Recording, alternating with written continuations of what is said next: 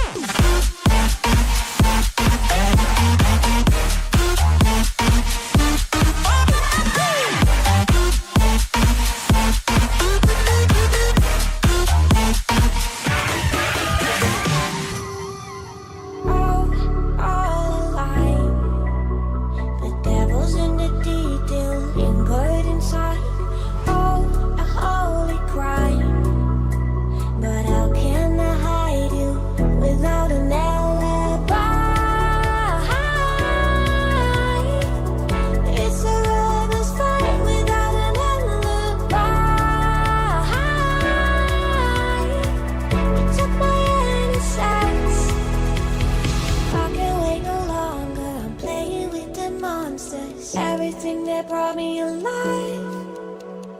Though we're all like monsters, playing with the monsters. They brought me alive, but got no alibi. It's a lover's fight without an alibi. It took my innocence without an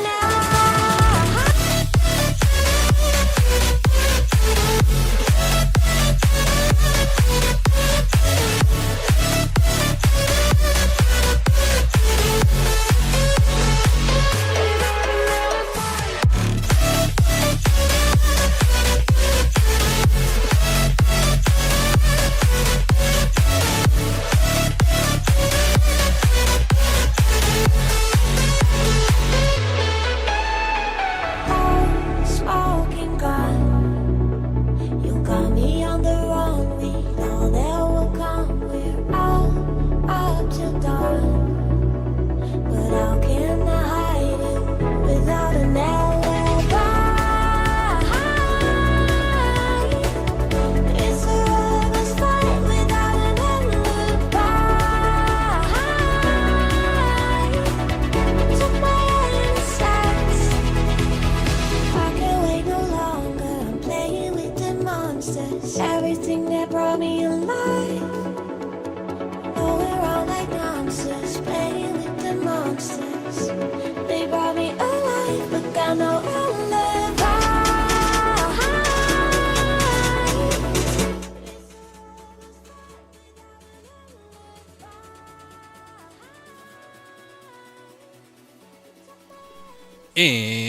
And it is time. What is up, everyone? Welcome back to my live stream. My name is Tyler Ramsbey. I am your host for this evening, and I have a lot of stuff planned as we work our way through the evening. But I do want to let you know, let me adjust my volume real quick.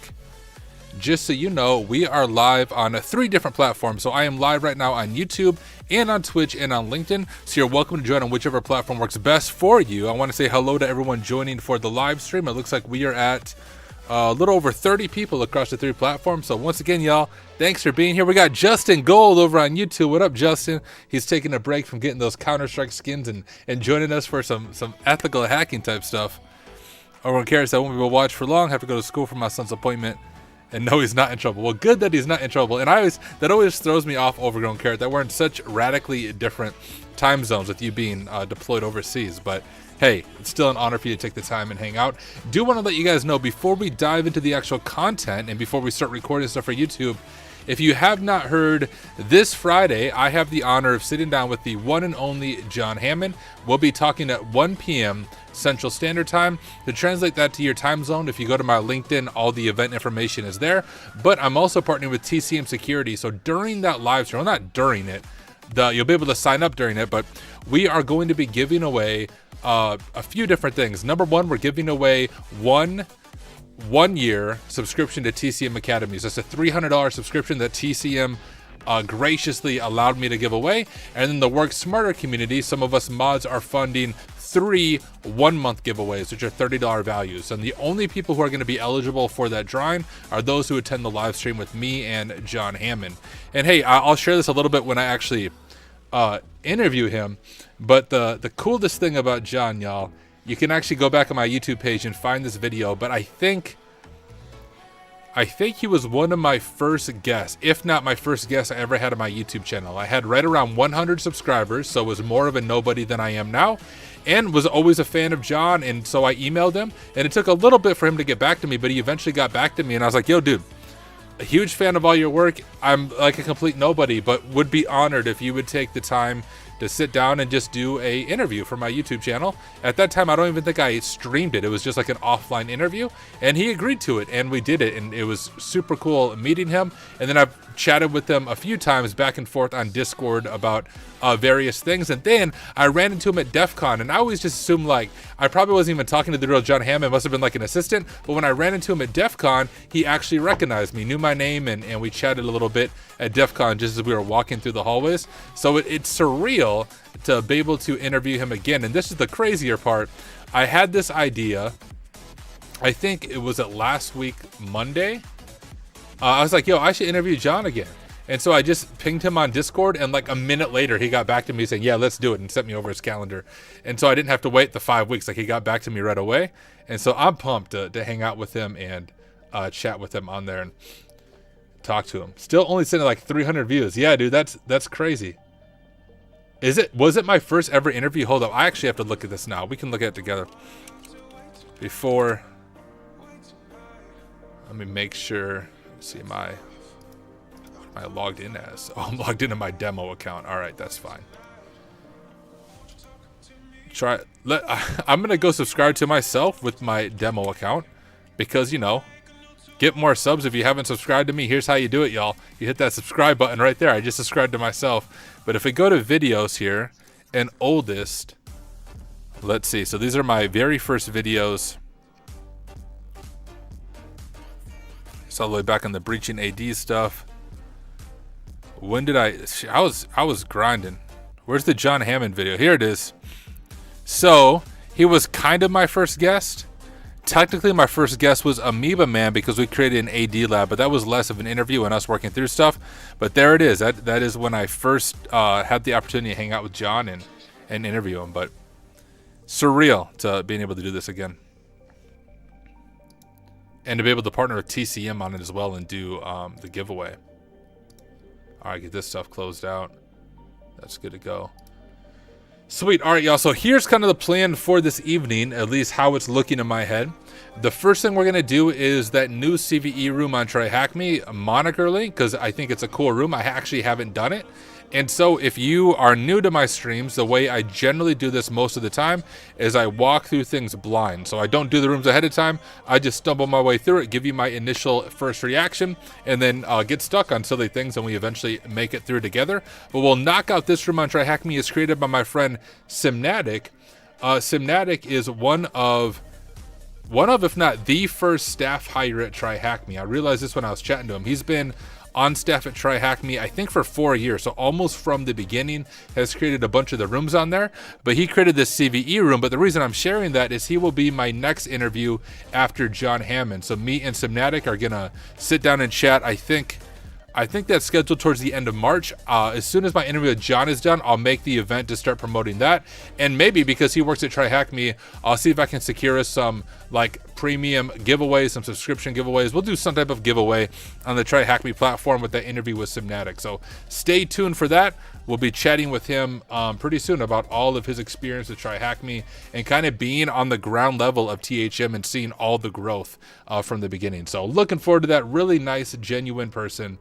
And he made this room, so I wanted to showcase his room. And then once we're done with this, we're going to do some Pwn Labs. I also stumbled across a podcast, like a CVE. I actually don't know if it's called a CVE podcast, but it's called 0 Day Security. And they feature CVEs each week, like 1 or 2 CVEs. And I happened to stumble across it. They featured my CVE from Go CMS. They chat about it for about 10 minutes. So I was thinking, hey, maybe I should do like a react video. Like we'll watch that together and give you my thoughts, explain the things that I think they're spot on, some of the things that I think maybe could be a little more accurate. But it was really cool listening to them analyze my work, like my blog posts, and even critique me a little bit. So maybe a little bit of a conversation there. So we might play that, and I'll give you my reaction to that. So that's the plan, y'all. I'll be hanging around for a while. It is about 7:40 p.m. Central Standard Time. I'll probably hang around till like 11 or 11:30.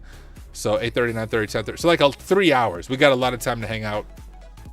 And as usual, if you have any AMA, any questions for me about careers, pen testing, content creation, all that good stuff, feel free to ask them anytime. I'll do my best to keep my eye on the chat in all 3 platforms. Let me refresh LinkedIn. All right, there we go. So I'm watching the chat on YouTube, LinkedIn, and Twitch to the best of my ability. So if you have questions, feel free to ask them. All right, drink of water. Now what we're going to do is when I release YouTube videos, often my YouTube videos are just me making them as I live stream. So what we're going to do now is going to feel like you're on a TV show, because I'm going to hit the record button and I'm going to do another welcome, but this is more for the YouTube crowd, for those watching it after the fact. And this is the video that will go up on my YouTube channel. So this is like, if you've ever been to like The Price is Right and you saw the live filming of the show, that's what you get to do at Hack Smarter Live. You get to see the live filming of the Tyler Ramsbey YouTube channel. Here we go. Hey, what is up, everyone? Welcome back to another video. In this video, we're going to dive into one of the newer rooms on TryHackMe, all about Moniker Link, also known as CVE 2024-21413. This is a room created by my good friend Simnatic, and just want to let you know, hot off the press, Simnatic will be one of my upcoming interviews after I interview John Hammond. Me and Simnatic are going to sit down, I think, towards the end of March, and I don't have all the details secured yet, but my plan is to do some cool TryHackMe giveaway, whether it's some premium subscriptions, maybe like an AWS training subscription. I have no idea. I'm going to work with THM, see what I can give away, see what I can contribute to that. So just stay tuned for the interview with Simnatic. But once again, he made this room. So Simnatic, if you ever watch this, kudos to you. You're doing awesome stuff. Looking forward to our interview. But without any further ado, let me go ahead and share my screen. As usual, y'all, I have not looked or worked through this room ahead of time. This is my first reaction to it. The only thing I've done is gone to the room and launched the machine and waited for it to launch as I was chatting before I started recording. So let's get it open in a new window, just because I like the full screen over the little split view. Okay, we got that pulled up, and we'll see. Hopefully it's not too slow. Sometimes the VMs, the Windows VMs, can be a little bit slow, but we will give it a shot. So let's go ahead and dive into it. If you're new to the way I do TryHackMe rooms, I read it in its entirety, because I think when we skim stuff, we miss important details and we get stuck. So if you don't like reading, well, I will be your audiobook for you, and we will work through this room together. I don't know if this room is free. I always like to check that. Let me see if this is a free room or you need to be a premium subscriber. Okay, this is a free room. So actually, I'm going to drop a link to this in all 3 platforms. that we're live on right now, YouTube, Twitch, and LinkedIn. So you are welcome. If you haven't done this room, go ahead. I dropped it in the chat. You can join me in the room and we will work through it. Looking over the chat, make sure I'm not missing anything. Okay, Frostbite just asked a question. So Frostbite, I'll answer your question real quick before we dive in. So Frostbite over on YouTube said, I am 30, working in the golf industry, want to get into hacking / pen testing, willing to spend all my free time to reach this goal. How would you go about this in the most effective and efficient manner? Most effective and efficient are almost two different things. I mean, to break into the industry, unfortunately, it's the OSCP. And I say unfortunately because honestly, I'm not a big fan of OffSec. If you've been following me for any length of time, you know that. But if your goal is to become a pen tester, the best cert that you can get to get past that HR screening is to get the OSCP. Once you get that, a lot of doors will open up for you. But if you're just getting into it, I would say it's going to take you anywhere from 9 months to a year of active studying, not just the Pen 200, but Hack the Box and TryHackMe before you're going to be able to pass the OSCP. If you're not part of the Work Smarter Discord, you should join. We have OSP study group there, as well as some weekly goal meetings. So if anyone in YouTube chat can drop that Discord link for Frostbite, if he's not in that group, but that would be my initial advice for you. Nox Lumen said, yo, thanks for the inspiration. The YouTube channel took off after I switched over to hacking content. I like those you do. Oh, sweet. Nox, I need to sub to your channel and watch some of your videos. I don't know if YouTube will let you post a link, but if it doesn't, you should DM me on Discord. Would love to check out your YouTube channel. Marshmack said, what about cloud security? Do you need OSCP for cloud security? So I have a limited vantage point on that. Do you mean cloud pen testing? Because when you say cloud security, that could be a lot of things. If you mean cloud pen testing, generally speaking, to do cloud pen testing good, you still need to have really solid fundamentals. And once again, that OSCP will get you through that HR screening. But I would honestly recommend the PNPT through TCM Security or the, let's see, CPTS, I think they have the right, Certified Penetration Testing Specialist through Hack the Box. My good friend Overgrown Carrot just passed that exam. If you just go to Google or YouTube and type Overgrown Carrot, he has a unique name. You'll be able to find his YouTube channel. He did a whole video review of the CPTS, but from what I can see from my own training I've done for it and from people's reviews, the CPTS is by far the most difficult exam. Marshmack said yes, question mark. Once again, depends what you're asking. For pen testing, yes, OSCP is still going to be your key to get into cloud pen testing, because usually you'll do cloud pen testing, but you'll also do web apps and APIs alongside of it. All right, I'm going to take a short break from the questions, but I promise I'll come back. Let's dive into this room. On February 13th, 2024, Microsoft announced a Microsoft Outlook RCE and credential leak vulnerability with the assigned CVE of that moniker link. Oh my goodness, Hafili of Checkpoint Research is credited with discovering the vulnerability. The vulnerability bypasses Outlook security mechanisms when handing a specific type of hyperlink known as a monitor link or moniker link. An attacker can abuse this by sending an email that can, oh, I remember when this blew up. Yeah, that's right. When that contains a malicious moniker link to a victim. Oh no, I'm thinking of something else. This is recent. Sorry, I'm getting distracted. Resulting in Outlook sending the user's NTLM credentials to the attacker once the hyperlink is clicked. So you know what this reminds me of? It reminds me of like .link. I can't even think of what it's called, but with malicious link files. I've actually done this on a pen test. So when you're doing an internal pen test, if you have write access to an SMB share, you can upload .link files that point back to your IP, and then you can use something like Responder, and you can capture NTLM hashes. So right away, that's kind of what this attack makes me think of. Hey, Jeffrey Allen, we're doing the new CVE room on TryHackMe. This one right here. Details related to the scoring of the vulnerability have been provided in the table below. We have our MS article. Impact remote code execution credential leak. Yeah, that's a big deal. Severity critical. I would agree. Attack complexity low because it's just sending an email, and the scoring is 9.8. The vulnerability is known to affect the following Office releases. All right. So what are our learning objectives? Number 1, how the vulnerability works. Number 2, understand Outlook's protected view. Number 3, understand the vulnerability to leak credentials from an Outlook client. And number 4, detection and mitigation measures.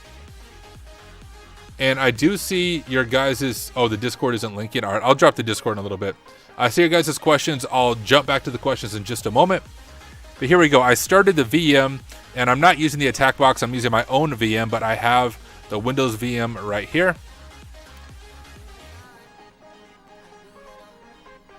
Oh, we can RDP? Oh, sweet. Actually, we're going to RDP. That works better. So let's go ahead and get RDP pulled up. We'll just call this Remina, and we'll type, oh, I don't have it installed? All right, let's install Remina. Remember, this is a pretty brand new Kali instance because my last one broke. Are you serious?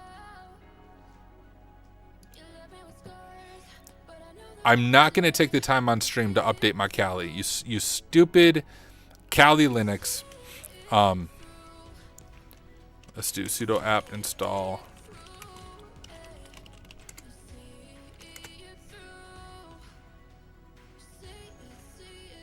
Nope. Well, all right, we're not going to do Remina. Instead, what we're going to do is we will do sudo apt update y.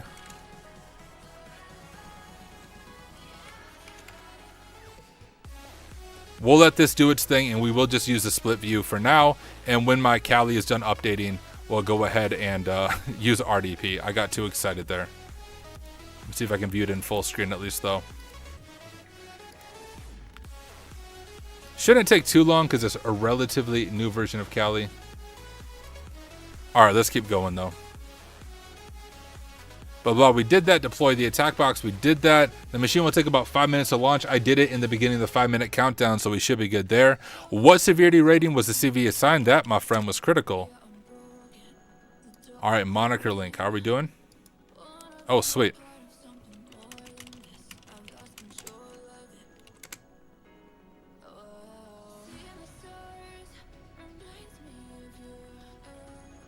I hope that's all it was. That's a fast update.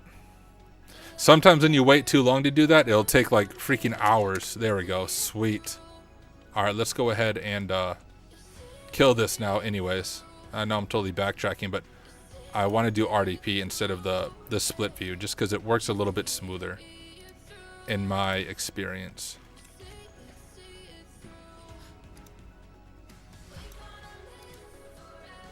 All right, so let's try TryHackMe. And we'll go ahead and grab the password there.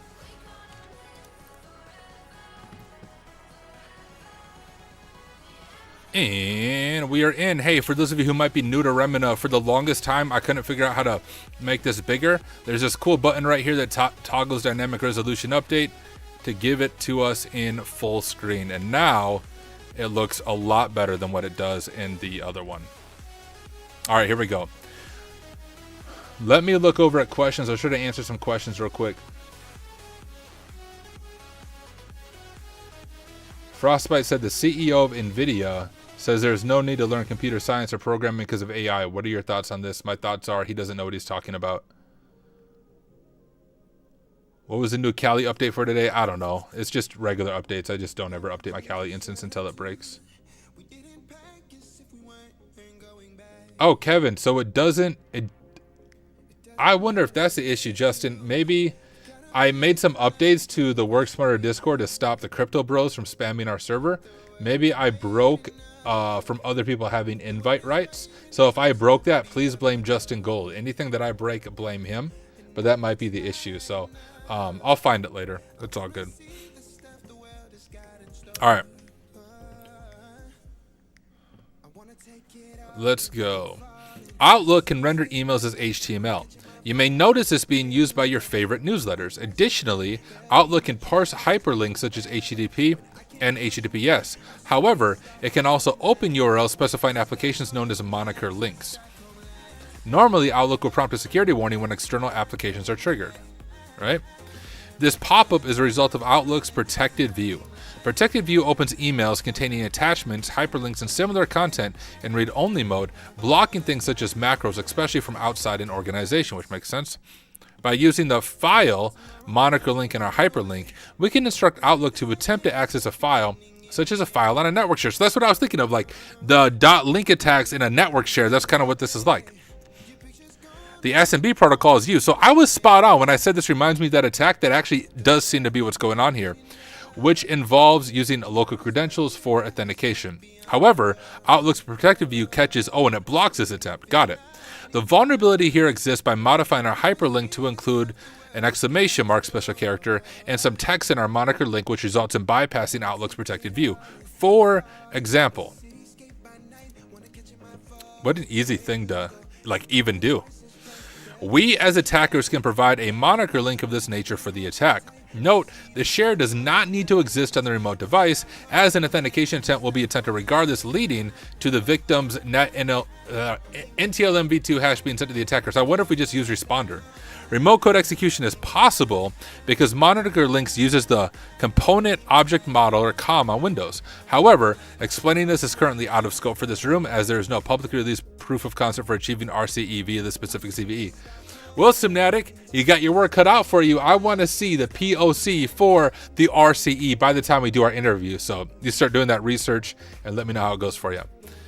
All right, what moniker link type do we use in the hyperlink? We use file. What is a special character? That. All right, exploitation. For this attack, we will email our victim a moniker link similar to the one provided in the previous task. The objective, as the attacker, is to craft an email to the victim with the moniker link that bypasses Outlook's protected view, where the victim's client will attempt to load a file from our attacking machine, resulting in the victim's NTLM v2 hash being captured. But first, let's run through a POC I've created, which is also available on GitHub. So, Simnatic, what up?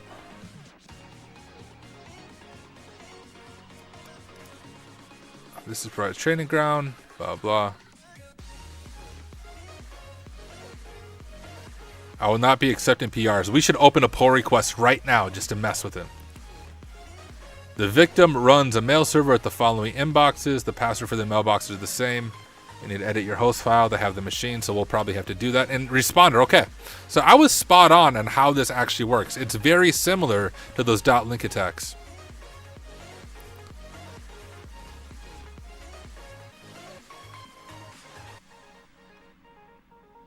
Google the instructions, yeah. Oh, sweet. We didn't have a Yara rule. Sweet. I wonder if we can do some blue teaming. 10 for education. No, I'm pretty sure Simnatic's using this to deploy ransomware, but he can say whatever he wants to say. I'm just playing. All right. So let's see if we can understand this POC. So it's, of course, a Python script. And the first couple things we're doing here are importing libraries. So we're importing the SMTP library, I suppose, so we can interact with SMTP, which is Simple Mail Transfer Protocol. And then from these libraries, we're importing specific things. So MIME text, multipart, and format address. It all makes sense. And now we're setting a few variables. So we're setting our sender email. That's going to be us, the attacker. Our receiver email is going to be Justin Gold, right? Because he broke the Discord server. Our password is enter your attacker email password. That's just so it can authenticate. And now it's just the boilerplate HTML essentially.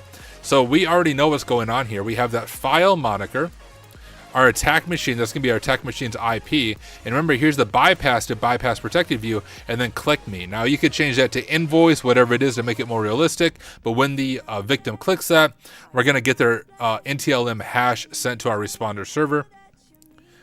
And now we have a message. Of course, we can modify this. This is the subject, who it's from, who it's to. Now, what's this? Convert the HTML string into bytes and attach it to the message object, or else it will break if you don't convert it to bytes. All right, that all makes sense. Our mail server is on port 25, standard port, but of course not TLS. That's in clear text, but even makes that note here that TLS is not enabled. We have a try accept, so go ahead and try to send it. Unless there's an error, then just exit out. And then try to send the email, right? From the sender mail, we're sent to the receiver email and our message as string. And it will tell us that the email delivered. Otherwise, it will error out and give us the error for troubleshooting and then finally quit out. So let's see if I understood that right. The POC takes an attacker and victim email, normally need to use your own SMTP server that's already been provided for you in the room. Requires a password to authenticate. For this room, the password for the attacker is attacker, same password I use for my bank account. It contains the email content, which contains our moniker link as an HTML hyperlink. Then fill in the subject from and to fields in the email. Finally, it sends the email to the mail server. So let's use Responder to create an SMB listener on our attacking machine. For the THM attack box, the interface would be ENS5. The interface name will differ if you're using your own device. If you'd like some homework, an in-packet server can also be used. All right, so let me show you. If you're following along yourself and might be new to this, let me just name this terminal. And if we go to like IPA, we can see our different network interfaces. So when you do Responder, you want to select the network interface that you are listening on.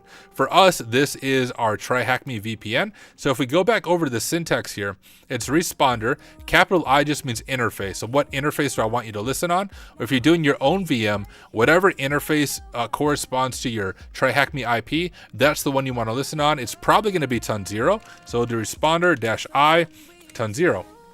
And yep, it does have to be run as root. And we'll just call it Responder. And there we go. Let's open the vulnerable machine by pressing that pane in the split screen view.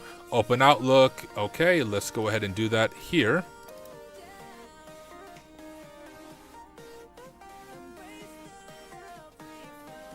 Manage your emails. Okay, I'll take some time to look at chat, answer some questions. Over on YouTube, is TCM a good place to start for beginners? Just started learning A+ Network Plus fundamentals. Thanks for showing us how to hack and spending your time to answer noobs' questions. Bro, I'm a noob myself, so take all my advice with a grain of salt. But I appreciate the kind words. Yeah, dude, TCM is excellent. So my story with TCM is I also wanted to get into pen testing or ethical hacking, but I just felt lost. Like, I got stuck on everything. Like I could not figure out. I would watch people like IPSec and I'm like, how the frick do they know how to do this? Like, where do you learn this from? And I was doing random things and I nothing clicked. The changing point for me is when I went through the full practical ethical hacker course by Heath on TCM security. And that's when everything began to click for me and pieces started falling into place. So that really was a life-changing course for me. So highly recommend it. Yeah, Nox Lumen's talking as well. I agree. They are awesome. Kevin said, I can't believe I'm following along. Frost, I have no prior knowledge of any of this stuff. What helped me was literally watching videos and Googling everything I didn't know, take notes. That's smart. It's also very helpful to understand Kali Linux and commands and flags works. It's way easier to understand. And hey, like, not to promote myself, but I'm live on stream pretty often. This week has been a little bit less because it's actually been nice out. So I've been going on walks on a like Sunday night or Saturday night. I just got my kids to bed, went in my backyard and had my own campfire, read a book. So like, it's been really nice out. Now it's cold again, but when it was nice out, I was spending time away from my computer, like touching grass and all that good stuff. But I am on stream pretty often Wednesday nights for sure. And I try to do my best to take it slow and explain what I am doing, as well as you can see, I answer questions as I go. So set a reminder, join me for live streams as I'm doing stuff, anything that might be confusing to you. Even if it feels like a dumb question, remember, no question is a dumb question. Ask your question and I'll do my best to answer it. I do play VR outside, Justin. I have done that before.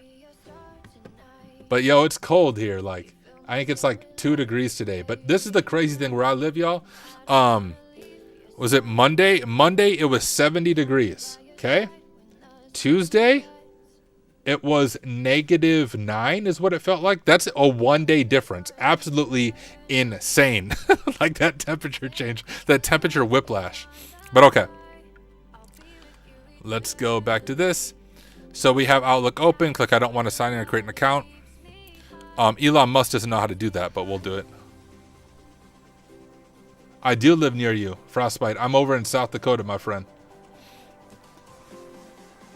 Open Outlook by clicking Outlook. When Outlook is open, click I don't want to sign in, blah, blah. Just missed a second pop-up. Yep. You may need to drag the window to the left, blah, blah. I already did that. We're good. When completed, you'll see the Outlook interface. For this room, the victim's mailbox already been set up in Outlook for you. All right. Return to your attack box. We will copy and paste the POC above into the attack box.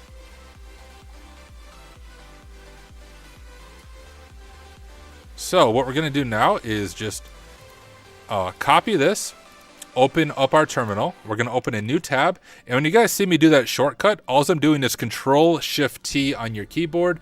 You can also do like File, New Tab, but I don't like doing that. So it's Control-Shift-T. And if you ever see me rename my tabs, because I like to keep them organized, it's Alt-Shift-S. Alt-Shift-S, and then we can rename our tabs. Otherwise, you can also right-click and rename session. Alt-Shift-S. That's how I'm doing. When you see me doing that, those are the hotkeys that I'm using. But did I actually copy that? Copy. And now, if you're new to Linux, Nano is sort of like a text editor. So if you think about notepad.exe on Windows, Nano is almost like the Linux equivalent. So we're going to do Nano, and we'll call it exploit.py. You can name it anything you want. And now in Nano, it looks a little bit confusing, but we're going to paste it in. Now it's not Control-V, but it's Control-Shift-V on your keyboard. And we paste it in. And here is our POC. And now this is a little bit confusing. You see these caret keys and then an X. That just means hit the Control key as you do it. So if we want to exit, we're going to hold Control on our keyboard and hit the X button and then save modified save modified buffer. We're going to click Y and then enter. And now we can cat it out and you can see it saved it successfully. We'll have to update some stuff. Over on Twitch, Word Hacker Live said, what program to use for RDP? I use Remina for RDP. And we'll have to update some stuff. The other thing I like to use is Mousepad. Mousepad's a little more user-friendly. Oh, I shouldn't have done this here. Here, let me go ahead and move exploit.py to TryHackMe. Do I have TryHackMe? Oh yeah, move exploit.py. There we go. That's fine there. All right, Mousepad is also another thing you can use for editing text. So if you do mousepad.exploit.py, might be a little bit easier to use Mousepad because you can easily click around. A little bit easier than Nano. So either one works fine. Some people use like Vim because they're more of legit hackers than I am. Yeah, Jeffrey said Vim gang. I still can't exit Vim, so we ain't gonna open it. It'll be the whole stream me asking ChatGPT, how do I get out of Vim? Okay, so we don't have to replace this because that is our email and this is the email of our victim. So we don't need to replace this. We will have to enter our email password. We do have to update this to our IP. So we'll do 10.13.46.224. If you're following along, your IP will be different than mine. I think that's the only thing we have to update. So I'm gonna do Control S to save it. And we'll go back to the room and see if I am missing anything. All right, we'll need to do some initial setup. Modify the monitor link to reflect our IP address, which I did. Replace the mail server. Oh yeah, I didn't do that. So let's go ahead and replace the mail server with the red IP. Good call, Simnatic. Thank you for telling me that. Where was that at? Right here is the mail server we need to replace. There we go. When done, we can run the exploit. When prompted for the attacker's email address, enter attacker. So to do that, we'll do Python 3 exploit.py, just type it in, and attacker is our password. And fingers crossed that it goes through. It says email delivered. Now we have responder listening. Let's open up our email. There it is. And click me, right? Let's see if it stops us. We'll go ahead and click. Nothing's popping up, nothing's stopping me. Boom. We captured their hash right there. Now we can crack it. And I'm guessing that's what we're going to do next. We can honestly stop that. We have the hash. I'm going to go and copy that.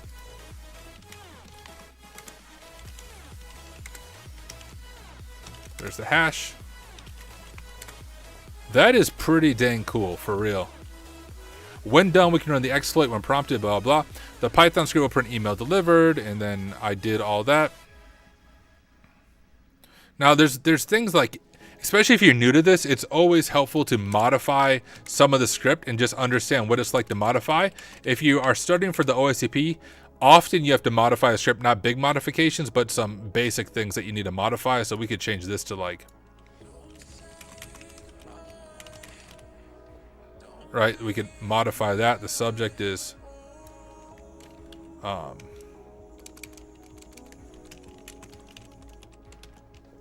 right, and now if we send it through again, oh,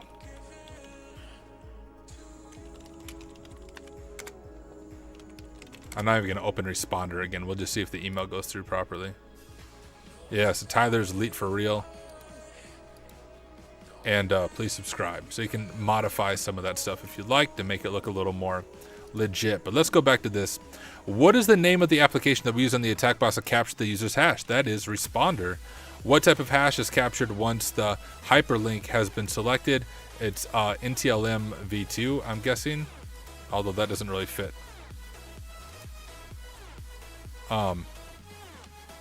Maybe that's what it is.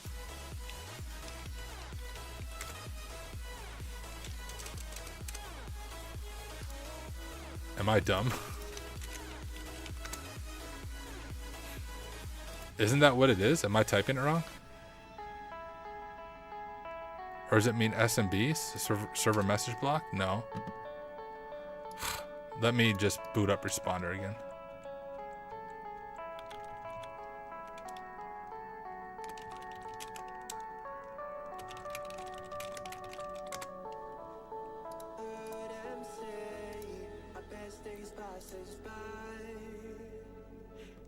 Oh, it's skipping it. What did I miss in that, y'all? Isn't that what it is? NTLM v2 SSP.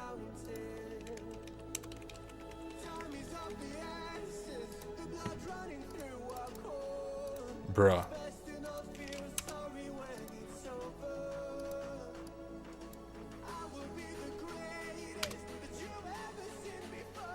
Oh, net NTLM v2. I'm silly. Technically the same thing. Alright, detection. Yara. A Yara rule has been created by Florian Roth to detect emails containing the file element in the moniker link. So if you're new to Yara rules, if you go through the SOC 2 path on TryHackMe, it does a really good job explaining this.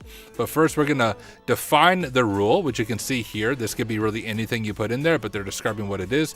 And then the meta is just like descriptions and author, right? So it detects emails that contain signs of method to exploit that. We have the author, we have the reference, we have the date when it was modified, score, and then the strings that we're looking for, and then some crazy regex that we're doing. Actually, this regex makes sense if you look at it. And then what this is doing is it's looking for the file moniker, and it doesn't matter what it ends with. So it's trying to get all the extensions right here. So if it has any of those extensions or endings but begins with file, then it should catch it with the condition of the file size being less than 1,000 kilobytes. All right, Wireshark conditioning the SMB request on the victim of the client can be seen in a packet capture with a truncated net NTLM v2 hash. So you can see it with Wireshark as well. So if you were setting up alerting, you'd be able to convert that over. Click me to proceed. All right, let's do it. Do we have the Yara rules and stuff? No, I suppose not. We just have our Windows machine. All right, Microsoft has included patches to resolve this vulnerability in February's Patch Tuesday. You can see a list of KB articles by Office build here. Update Office to Windows Update or the Microsoft Update catalog is strongly recommended. Additionally, in the meantime, it's a timely reminder to practice general safe cybersecurity practices. For example, reminding users to do not click random links, right? How does Jerry say it on Simply Cyber, right? Don't be a Carl, I think is what it is. Preview links before clicking them, and forward sus emails to the respective department responsible for cybersecurity. Since this vulnerability bypasses Outlook's protected view, there is no way to reconfigure Outlook to prevent this attack. Additionally, preventing the SMB protocol entirely may do more harm than good, especially as it is essential for accessing network shares. However, you may be able to block this at the firewall level depending on the org. And we're almost done. Congrats. That was fun. Hey, thank you, Subnetic, and congrats to you for making a good room, really fun room. As we know, Outlook is an extremely popular email client, just a little bit. The CVE is known to affect a large portion of the Office suite, and given its extremely low attack complexity, it is quite a spicy one. Remember, it is essential to update Outlook through Windows Update, the Microsoft Update catalog as soon as possible, as there is no way to prevent Outlook's protective view from being bypassed. Hope you enjoyed the room. Mischief managed, and... it was broken for a second. Congratulations, I have completed the room. Share it with my friends. You are my friends. I am sharing it with you. If you are watching this video on YouTube, this is the end of the video. But thank you for watching, and hey, hope to see you come back in the next one. All right, now I'm just on stream with y'all. Fun room. Shout out to Subnetic again. We got a lot more stuff I want to do. A little more time. Let me make sure I'm not missing anything on LinkedIn. LinkedIn makes me refresh this stupid chat so I can see it. Just Lisa saying keys. What up, Lisa? All right. Drink of water. Stream good, everyone. Everything sound good, look good. Looks like it to me from the outside looking in, or the inside looking out. Probably inside looking out.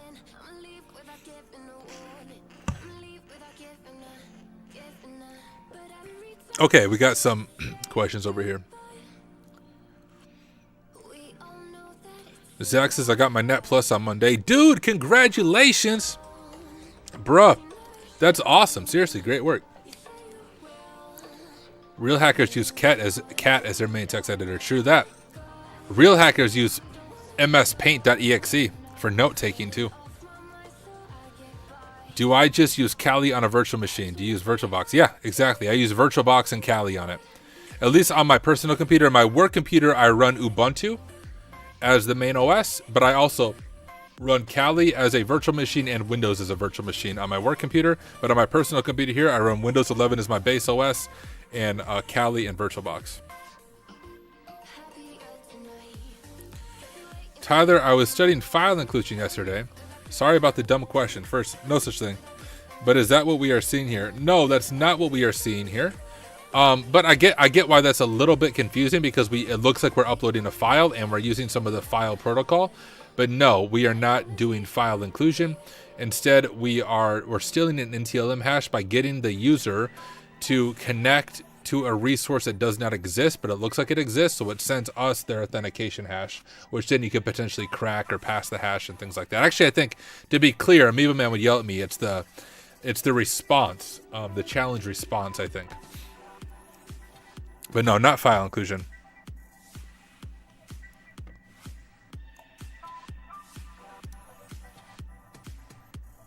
B7H30 says, spectacular artwork behind you. Respect. Thank you, my friend. Yeah, that's all my kids. I have more that I need to hang up. I don't have a whole lot of room for them all. But I always like to show this off on stream. This wall isn't even a real wall. It's fabric. I bought it for $20 off Amazon because my office is in an unfinished basement, and it looks like I'm in a dungeon unless I put this fake brick wall behind me. But then I think my daughter had the idea of, like, we should put artwork on it, and I was like, yeah, we should. So that's what we have back there.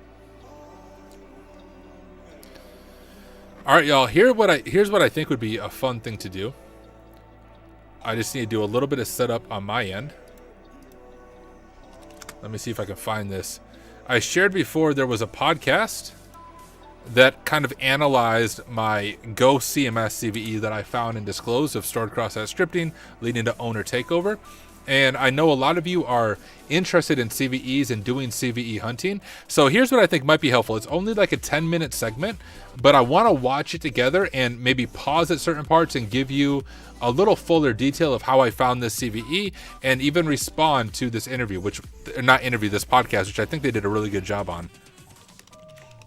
Let me see if I can get that pulled up real quick.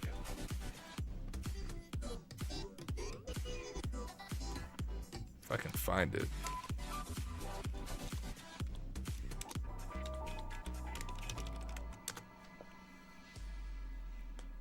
I think it's called Day 0.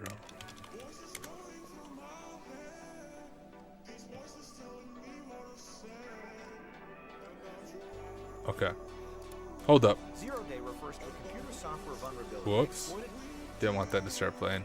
You guys have to look at my face just for a little bit while I get some things configured. It's all part of show business.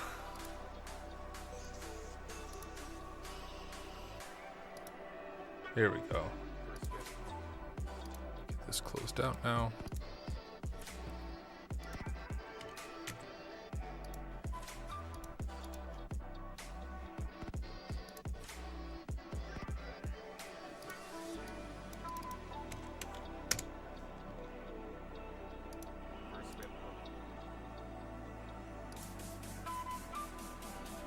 All right. Have it pulled up. Pause our music.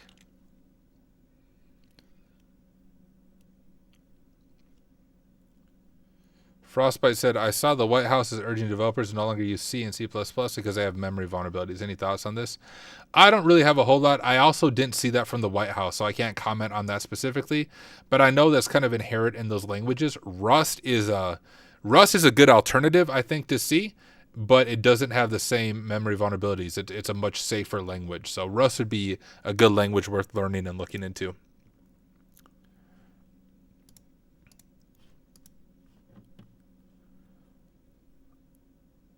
Peace out, Mike Firo. Thank you for hanging out. All right, y'all, here's what we're going to do. We're going to kind of, I don't usually do React videos, but I want us to, or me, stop playing, to react to this segment of this podcast. We'll listen to it, and I'll provide a little more insight, and then after this, we'll dive into Pwn Labs. Sound good? Doesn't really matter if it sounds good to you. I'm the person with the mic, so I do whatever I want. If you don't like it, you can, do something else. Make sure I'm not missing anything on LinkedIn real quick before we start. Okay, I am not missing anything. Let me see if I can get the volume right for this. We'll just turn it way up so you can hear it okay. And actually need to turn my own headphones up. Okay, y'all. Let me go ahead and start recording another video for YouTube. And let me get the name of this thing. Day Zero Security is who it's from. So we'll react to this video. I'll give you some insight as they analyze my CVE. It's kind of weird. I'm analyzing their analysis of my CVE. So we're like in the inception right now. But let's do this. Let me start recording. Hey, what is up, everyone? Welcome back to another video. In this video, this is kind of a unique one. I am going to react and provide some comments on a podcast done by a group called Day Zero Security. They did a really excellent job, and from what I can tell, they highlight different 0 days, different CVEs, different security things, and each week they hand select a few CVEs to really focus in on, and it just happened they chose my CVE about a week ago, the CVE I found in Go CMS, which is stored cross-site scripting leading to owner takeover, and they go through the blog post I wrote, they go through my vulnerability disclosure, and they provide their own thoughts as people who actually use Ghost CMS. So I listened to this briefly earlier today. I want to listen to it a little more fully, but I'll even pause it at different parts and give you my reaction and some of my thoughts on how I found this, things that I think they're spot on with, things that I maybe disagree with. But overall, hats off to Day Zero Security. No idea if you guys will watch this, but love it. You did an excellent job, I think, analyzing this, and do appreciate you taking the time to do this. So without any further ado, let me share my screen. Here it is, Day Zero. Would encourage you to subscribe to them. I will drop a link to them in the YouTube video. But let's go ahead and make it big and dive into things. And Justin goes to the Asmongold of hacking. Yeah, dude, the Asmongold of hacking. A lot less money than him, but a lot cleaner room. So it balances itself out. Let's go ahead and start this. First, we have a post by Rhino. Oh, it's really quiet. Let me up my audio. Security Labs on. Okay, that's nice and loud now. Let me know in chat if that is too quiet, but it looks like modern OBS. It looks good. Let me let it play now. On a Ghost CMS stored XSS. And this was a You guys see that? Tyler Ramsbey. What's up? stored XSS in the profile image functionality, which is kind of a funny area to have it, reminiscent of some of the very old forum attacks and whatnot.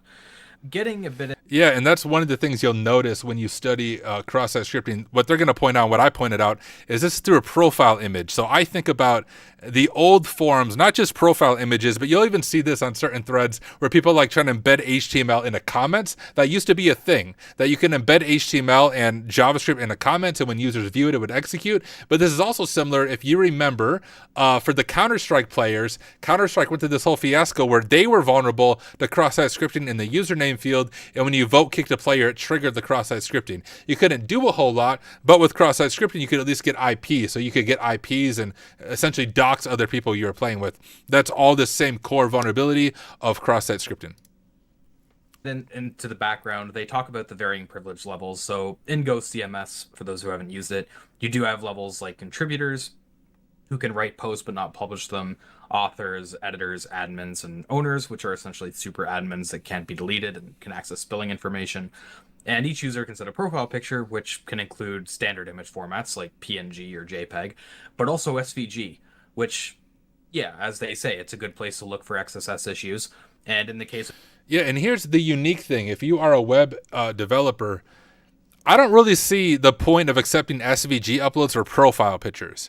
I can understand it for like the purpose of Go CMS and other CMSs for blog posts and using SVGs, but SVGs, which I explained in the blog, are XML based, which by nature they're able to include JavaScript if it's not sanitized properly, and that's what's going on here. It's if they only accepted PNGs or JPEGs, which are standard image formats, this vulnerability would not be possible.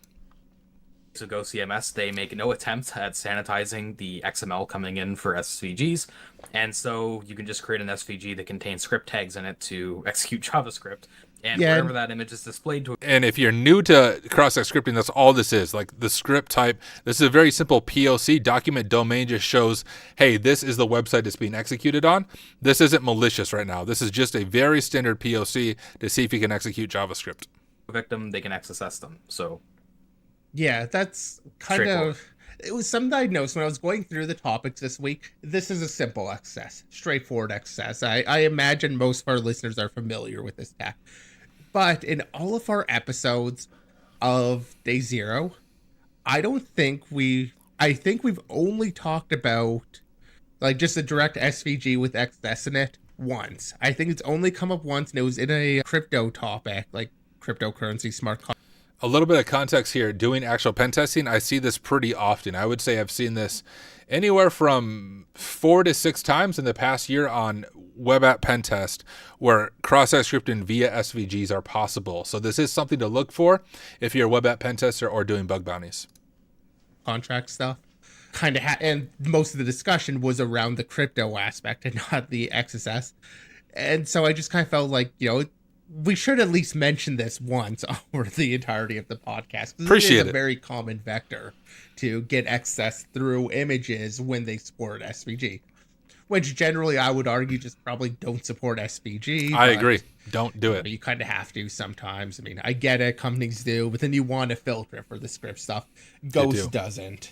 They do not. But yeah, the only kind of novelty here in my mind was that and vendor response, which I guess escalation, but you can get into that, Spectre. Yeah, so we talked a little bit about this before the show. So what they call out as a potential attack here is if the owner of the site gets caught by this, which is very likely, with profile images where they're displayed in a lot of different places, they could use the XSS to admin role their own user and then transfer ownership to them. And just one clarification here, that's not the only attack vector. When I created this, I wanted to figure out what is the most severe attack I could do. And the most severe attack I could do is going from a contributor, the lowest privileged user who can't even publish their own post, to taking over the owner of the tenant. But that's just what I demonstrated. With cross-site scripting, you can do a lot more than that. So actually, I could target any other staff user. And if they go to my image, I could update their email. I could change their email to me. I could facilitate account takeovers that way. So in my blog, I highlight the most severe case of this. But generally speaking, when you can execute JavaScript in the context of another user session, you can do a lot of stuff, a lot of bad stuff. Well, in order to do this, they would need the user ID, email, and admin role IDs, which are randomized. They could just send a request to this API admin users API. Yeah, so what I did, it is randomized, but I wrote a Python script. You can see this in the GitHub. If you just execute the Python script with your user, the attacker's user and the attacker's password, and then the host of the ghost CMS you're attacking, it will actually dynamically generate everything that you need and spit out a malicious.svg file that will lead to owner takeover. So I automated the entire process with that Python script. Endpoint after being authenticated to get all that information. But so Ghost does support inserting raw HTML into posts.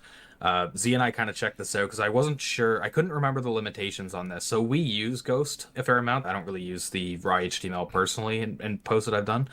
But we wasn't sure if you could include like script tags and stuff, but you can.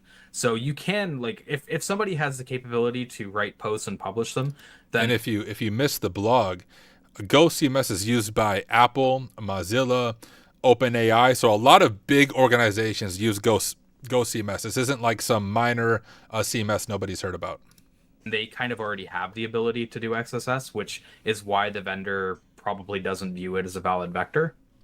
But see, that's the one part I push back on. They say that it's already designed for staff users to publish HTML.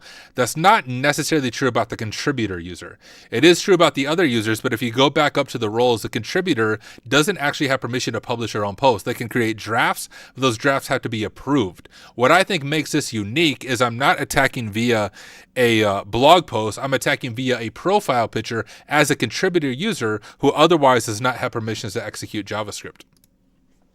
No official patch coming for it, but the fact that it's being done through profile images and can hit more areas, including things like the admin panel potentially, does make it a little bit more interesting. But yeah, the impact is somewhat neutered by the fact that being able to put code into pages is sort of already a supported thing. Once again, not for contributors. It's not a supported thing for contributors. In the security model, I guess. Yeah, and kind of one important thing is the administrative panel has to be hosted on the /ghost path. So, like, usually you're going to see if it's a ghost blog, it's going to be hosted on, like, whatever that ghost domain is, /ghost will be the admin panel because it has to be on /ghost. You can't change that. But you can configure the domain it's on. And so, while normally, I believe, like, the default way people are going to run this is you'll have the Ghost admin panel on /ghost, and you'll have like the blog on like the root of the domain. And so an XSS in a post, anybody who can publish can get access. They'll be able to access also that /ghost endpoint. Though you can change the domain. So even though it has to be on the /ghost, you can actually run the admin panel off of a different domain. While that might not be the most common way to do it. Yeah, but even if you do that, the attack still works, right? Like what Ghost says is, hey, separate your admin portal from your blog. So if there's cross-site scripting in your blog, it can't attack your staff. But I'm doing cross-site scripting in the admin panel itself. Nothing to do with the blog. So even if you separate into two different domains, this attack still works. That would actually mean that this issue in the profile image does get displayed on the admin panel, and so It does impact the admin panel specifically. Yep. Whereas if it's just on a post where you're able to get this post previews still only happen through the main domain, I think. I don't know. I tried. So we use Ghost as like a headless thing. We don't actually use Ghost to publish the content. So our setup is a little bit weird. But the preview domain is always going through the Ghost URL. You need to at least have the preview thing mounted, or at least access, which we don't. But either way, where I'm getting at is posts, on the main website. If you have the admin on a different website, you wouldn't actually be able to access the admin API, or as they do here, the admin API. But you also won't be able to do any of that stuff. You won't be able to access like anything sensitive. You would just be accessing the blog, which isn't actually that useful for an XS, but this image. So here's where I might be misunderstanding them, or they're misunderstanding me. This has nothing to do with the blog part of Ghost CMS. This is all being done on the admin side of it as an authenticated user. So you would have to compromise a contributor before you can do this. But the interesting thing about Ghost is it does not support multi-factor authentication natively. Now, there's some different third-party things you can try to implement to get it to work, but it's not natively supported for MFA. What that means is if you can get leaked passwords from like a breached database, you can imagine large organizations have a bunch of staff users. All it would take an adversary to do is to compromise one of those staff users, and without MFA, if it's just password authentication, you are on their staff page and you can go forward with this attack. Based one or SVG based one, you would actually get it on the admin panel, so you could do this inside of the admin panel, or well, inside like the content management panel. It is the admin panel, but it's not only admins who log in there. That is, I just realized in the recording, my face down here is like the same size as their two avatars. It looks like I am part of their show. Where like the contributors, the lower role that we talk about for this attack, would also be able to log in there. So there definitely is an impact for some setups that makes it a little bit different. Okay, so I just kind of took a look here. It looks like the admin API session token is limited to the path of like the admin API, so you wouldn't be able to access that from a you wouldn't be able to access that from just a post. You would need to have that running on the. And just thinking out loud, the other thing you could do, knowing that you can separate into two different domains, if you had your admin domain and only allow listed certain IPs, that would really help prevent this attack, because people without that allow listed IP wouldn't be able to attempt to log in. So even without MFA, you can kind of stop me, the attacker, in my tracks by only having a allowed list of specific IPs who can access the admin portal. So maybe it's on a VPN, you only have access behind a VPN. That would prevent this type of attack from being successful. The admin page. Defense in depth. Thing there as well, you can add HTML into your post. The editor itself does not show that JavaScript. It doesn't render it. Yeah, and like I said, the preview works through a different path. So what they do is they make a request to the API/admin session to get the session. This is my Python so script. It doesn't even matter about the cookie. You just need to know what the domain is for the URL for the control panel. Control panel. Yeah, control panel is a better term than I've been saying. It's admin panel. Okay, so I was talking a lot about that cookie and stealing that, but you don't have access to it at all. Although, if the admin panel is on a different page, you can't make requests to, like, if it's on another domain, you can't make requests to this. I'm not sure if this is what they're getting at, but you can't steal the cookie anyways, because the cookie has, I believe, the secure flag set in HTTP only, so you can't steal the admin cookie with cross-site scripting anyways, which is why I demonstrated a different kind of attack, not stealing an admin cookie, but rather doing a full account takeover on the owner. So yeah, you still have the impact because it's running in the admin panel. Like that, I think, makes this one different than just XSS from the other sources that I agree. users could do. That's why I reported but it. Only when it comes to these ones that are set up so as it's not running on the same domain. Like the content panel isn't on the same domain. Which, while I don't think that would be a common setup, it's probably not super uncommon either. Yeah, like the fact that they can be run headless is a deal. Like it is something that they're known for doing. It is why I opted for Ghost, is because they have this really nice API that lets you do some, nice queries. You can do, it supports, like, they have a GraphQL interface, which makes it nice for selecting just what you want or just what you care about sort of deal.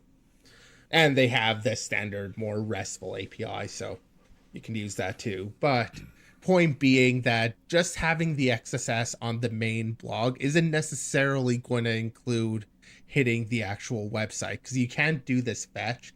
Like, their attack is assuming that you're running inside of a post, I think, or inside of like the main URL, but this would apply to just running on the admin panel. And so that's the part, once again, is a little bit incorrect. This isn't an attack on the blog side. This is an attack on the admin panel side itself. You would just have to update the URL so it points to the different domain that the admin panel is being served on. This is not attacking blog posts. This is admin only attacking other staff users. That's the one that would be to make these fetches, is the one running inside the admin panel. So yeah, that does make a difference, is what I'm getting at. Roundabout way getting there, first looking at the cookie, realizing that didn't actually work out. And then, yeah, this just being able to access the admin panel URL if they're on different domains would make a difference here. If they're on the same domain, this works regardless. Like, you'd be able to do this from the post-based one also, but yeah, so the impact's interesting. I do think this one stands out again because it's running, or because the XS can be sourced on the /ghost endpoint, the content endpoint, or content management endpoint. Yes. Like, that definitely makes a difference here. At least in my mind, it makes a difference over the impact. Yeah, and I mean, overall, I don't really agree with the vendor not viewing it as a valid vector, just because, kind of like I don't agree either. Towards the top of the topic, I don't really think you need to support SVGs for profile images. I don't think you need vector graphics for that. I agree. It just seems like an unnecessary risk, or at least if you're going to support it, then yeah, you should be running it through like DOM then Purify sanitize or something it too. Exactly.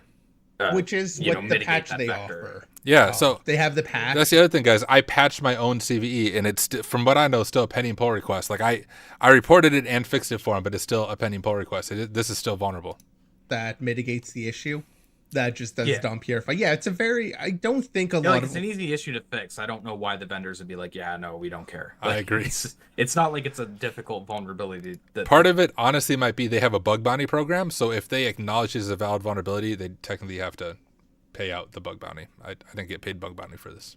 Requires re-architecting something, Yeah, so on one hand, I would say that, if you have the belief that any of these users can already add scripts and can already basically do this, I kind of get the feeling of, well, we're not going to deal with this one case because they can just, add the HTML through the normal interface. But the contributor can't.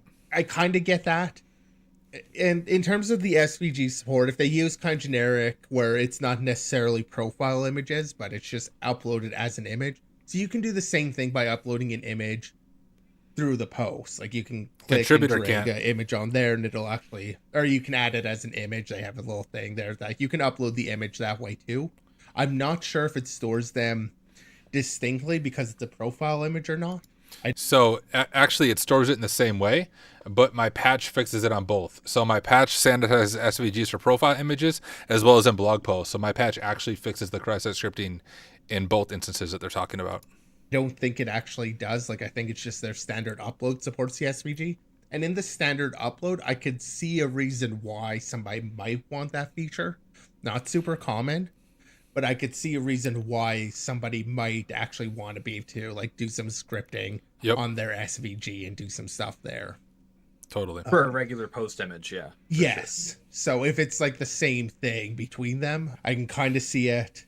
And if, like, what some they don't talk about is if you could do the same sort of SVG upload with the picture upload, like just in a post. You can. That might also be an issue, or maybe not. They don't call it out either way.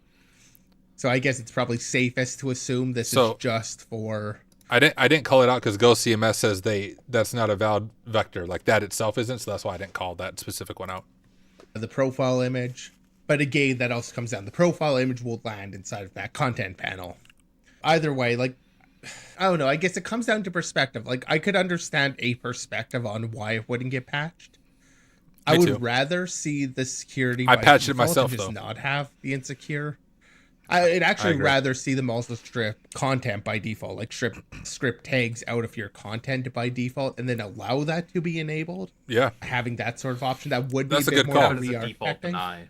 Yeah, I'd rather see default deny on that in particular, especially because of this obvious access to the API through it. It does feel just like either securing there or securing something with the API, like having it, maybe running it default elsewhere. I don't know. That doesn't feel like a good solution to me. It's still like the whole principle of defense in depth, right? There may not be one good solution, but you implement as many as you can. Defense in depth. So if an attacker gets through one area, one layer, there's more layers for them to jump through.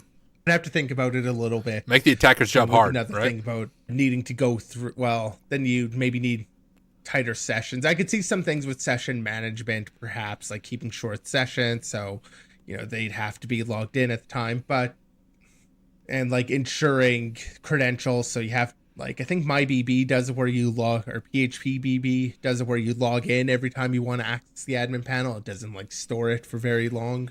Sure. The other thing would be like any major changes to the account to require re-authentication. So if transferring ownership required the owner to re-authenticate with their password, this would fail because I don't know their password. I can't pass their password in the JavaScript. So just requiring re-authentication on things like email changes and ownership changes, if you require re-authentication, that would also be a defense in depth layer to prevent this from happening.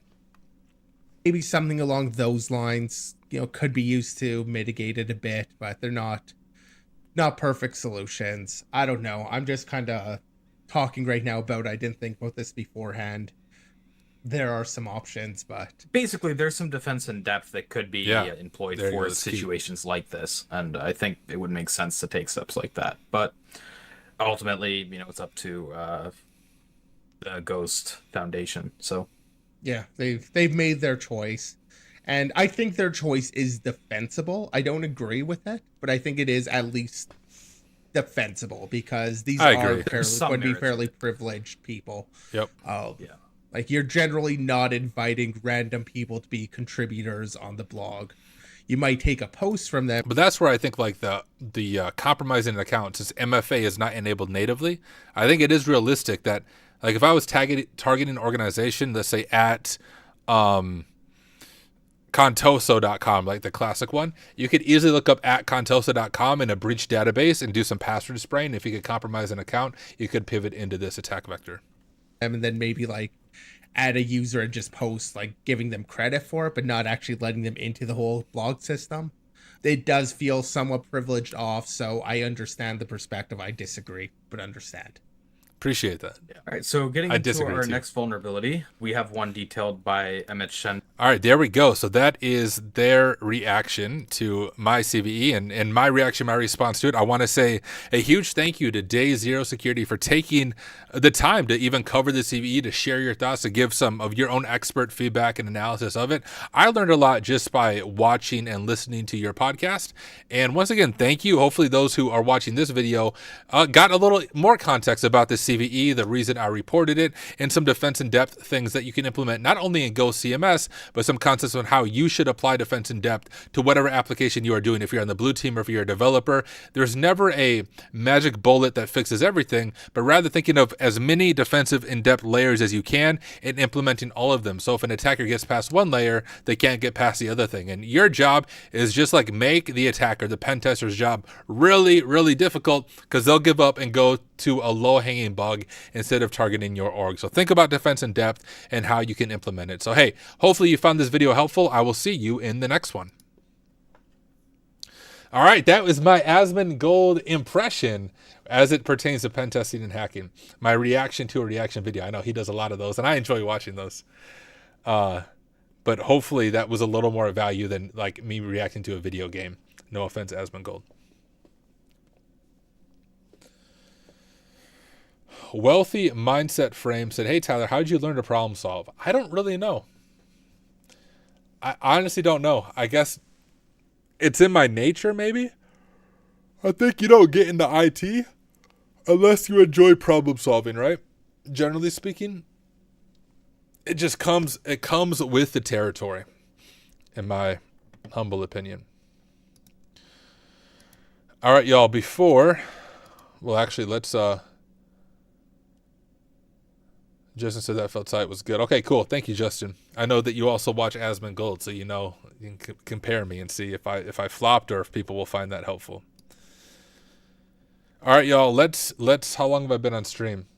Hour and about 20 minutes. Let's take a 5-minute break, and then we'll come back and do some more hacking stuff. Let me see if I can get our music pulled up. All right. Turn my speakers down. 5-minute break, y'all. We'll be back in 5 minutes. We'll keep doing hacking stuff. So hang around, stick around, and be back in 5 minutes. I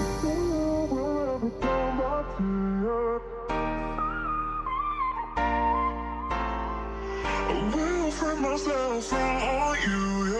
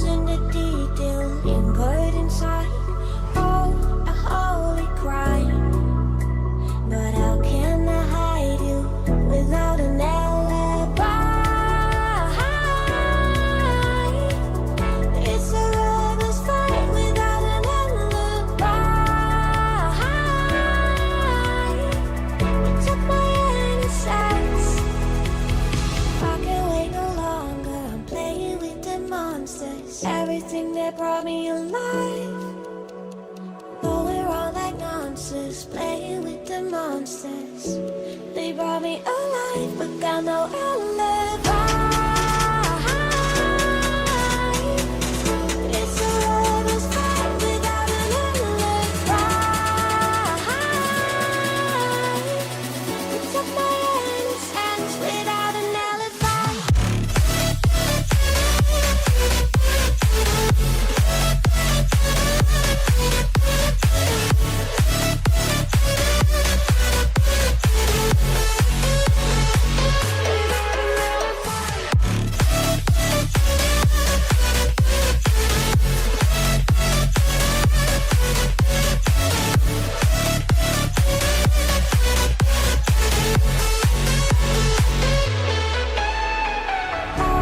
Smoking gun, you got me on the run. We know that will come. We're out up till dawn, but how can I hide it without an alibi? It's a lover's fight without an alibi. Took my innocence. I can't wait no longer. I'm playing with the monsters. Everything that brought me alive. Going around like monsters, playing with the monsters. They brought me alive, but got no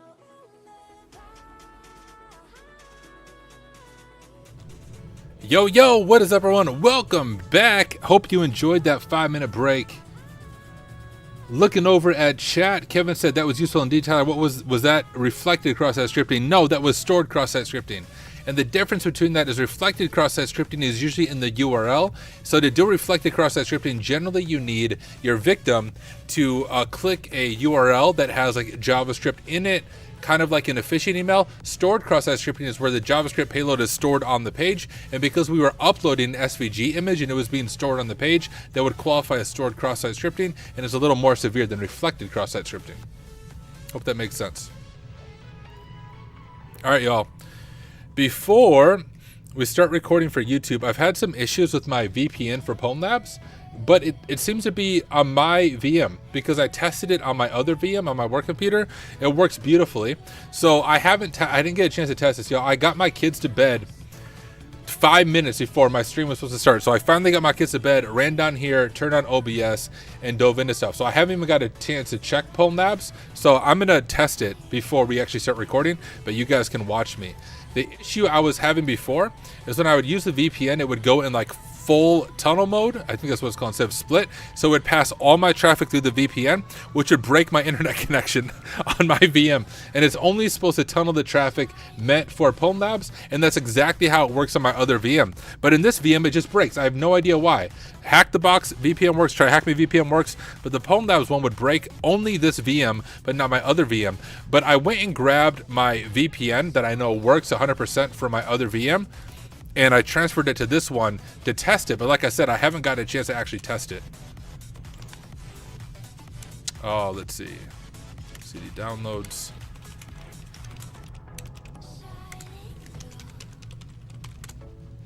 I should know right away if this is going to work.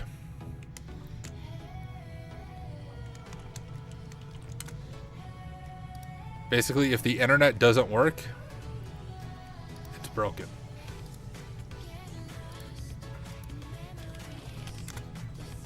Hey, sweet.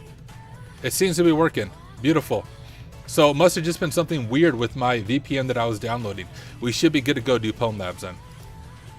Sweet. Let me do a introduction for YouTube, and then we'll dive into stuff. One more drink of water.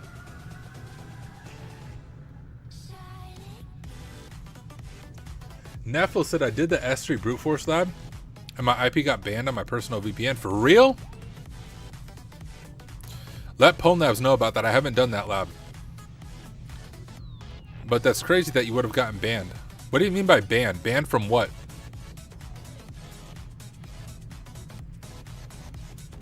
But reach out to Pwn Labs, dude. They're super responsive on their Discord. All right, I'm going to start recording. Actually, I'm not going to start recording. I don't know what lab we're doing. I like to say the lab like and then begin the recording. Let me log into Pwn Labs real quick.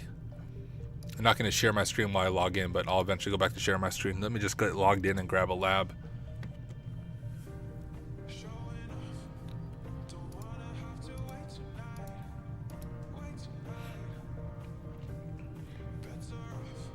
There it goes. This is a good one. Let me log into ChatGPT because I can't do cloud pen testing without ChatGPT because I always forget syntax for like literally everything. Turn on the lab.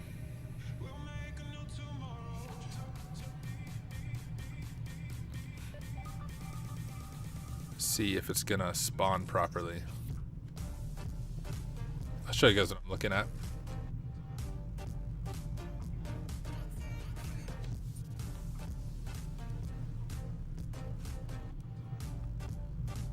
See if it spawns, otherwise we can look at some other labs. I've done all the Azure labs that are available, I think. There's a beginner one on S3 enumeration, which I know a lot of the people watching this are going to be new to it, so we can also open this one up.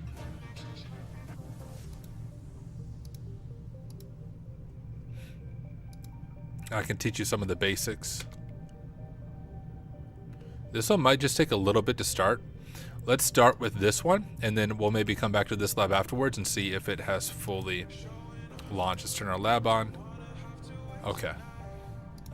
Now we can do the YouTube stuff. Supernut said, how much money is Pwn Labs and the quality compared to Hack the Box? I think for a lot of the labs are completely free. So actually the lab I'm going to show you right now is completely free. But for a premium sub, it's $20 a month. But what makes Pwn Labs stand out is no other platform has like cloud-based pen testing labs unless you're willing to spend thousands of dollars for an enterprise license. Whereas Pwn Labs offers like standalone machines, but that cover AWS, GCP, and Azure. I don't see this on any other platform.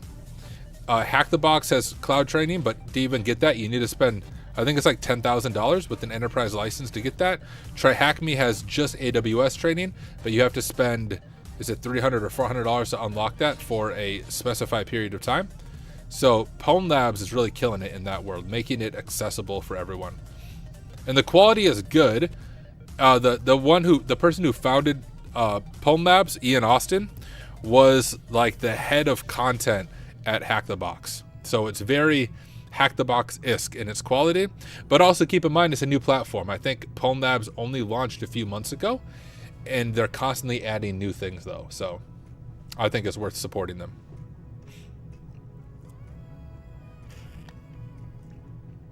And they're not CTF-y, they are realistic, which I also enjoy. Not like decrypt this freaking key with CyberChef and 15 different formulas to get the flag. Those things piss me off, to be honest. All right, let me start recording.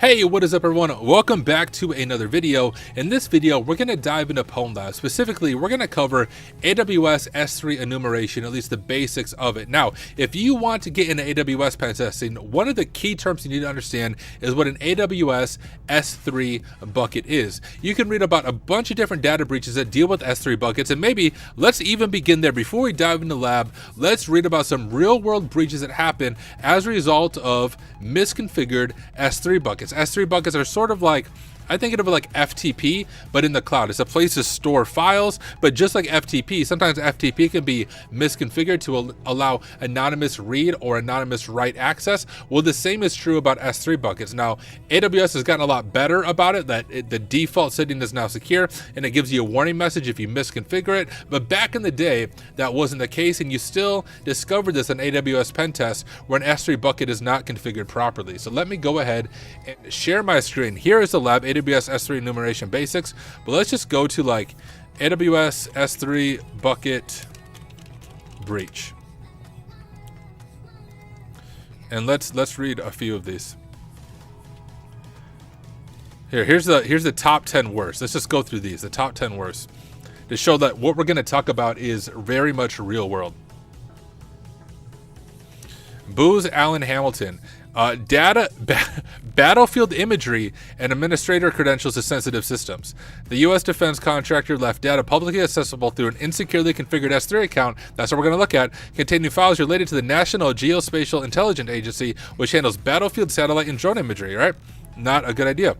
In June, U.S. voter records, personal data on about 198 million American voters. A Republican Party-backed big data firm by storing them on a wide-open S3 bucket. Ladies and gentlemen, there are our politicians. Dow Jones, PII of 2.2 million people through sloppy S3 configuration. Permissions were set to allow anyone with a free AWS account access, because when you configure the S3 account, it looks like if you're locking it down to an AWS account, but it's anyone with an AWS account can access the S3 bucket. WWE, PII of about 3 million wrestling fans. Verizon Wireless, PII on 6 million people, sensitive corporate information, including login creds for an S3 bucket. Time Warner Cable, the Pentagon, Accenture, National Credit Federation, AlterX. Just want to show like what we're going to talk about. This really does happen in the real world with some pretty major breaches, and I'm going to walk you through how that might look in the real world. So here we're given an entry point of a website. Let's go ahead and set up our notes for our scope and everything. So I'm going to open up Cherry Tree. Cherry Tree, why do you reset my default settings? Why can't I open my notes? Those are my notes. What?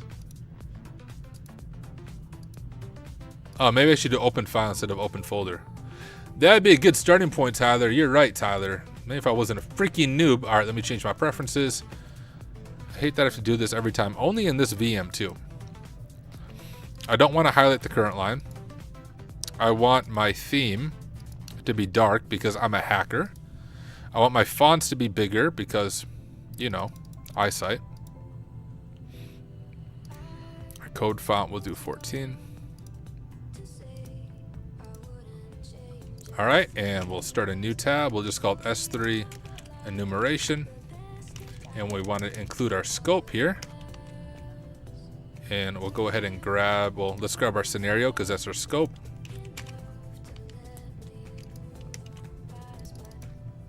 All right, so it's our first day on the red team, and you've been tasked with examining a website that was found in a phished employee's bookmarks. Check it out and see where it leads. And scope is the company's infrastructure, including cloud services.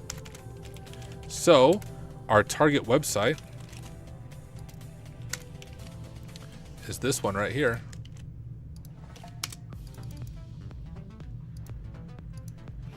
So before we run it through like a web proxy like Burp or Cato, let's just check out the website.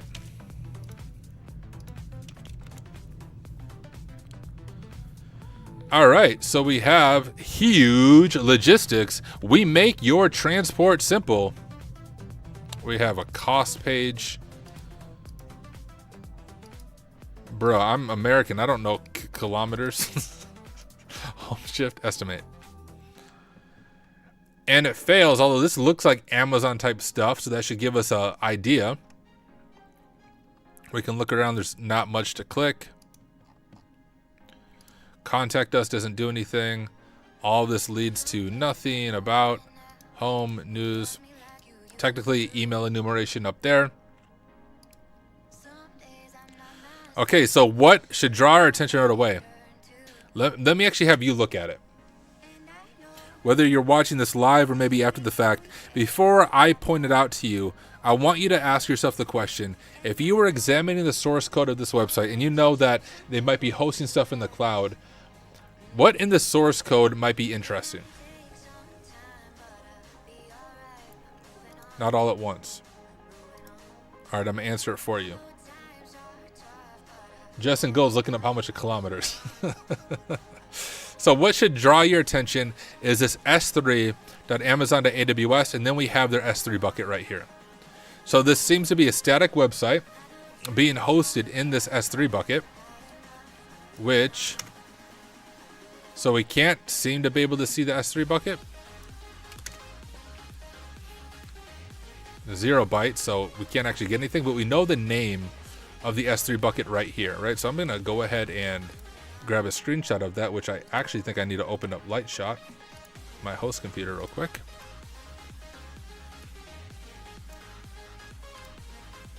All right, S3 bucket.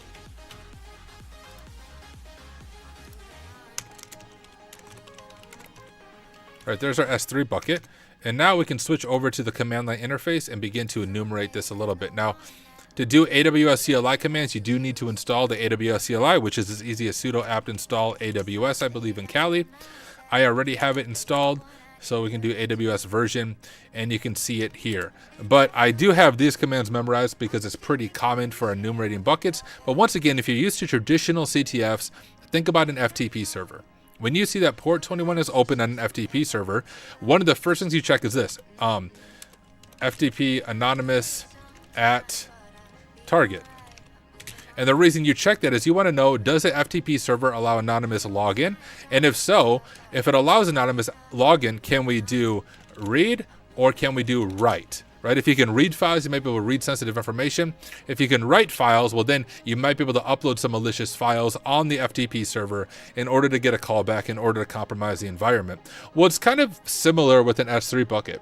One of the first things you want to check is, hey, is this S3 bucket world readable? If we go to those top 10 lists that we began our video with, a lot of those were breaches because the S3 bucket was misconfigured and they were world readable. So we'll do AWS S3 LS as an S as in list, so you think about the Linux command list, and then S3 again as like a file protocol, and then we're going to drop in the name of the S3 bucket, I think. And when we do this right away, it's probably going to fail because it's trying to use our access key ID. But if we do, I think it's no sign request. I might have that syntax wrong. There we go.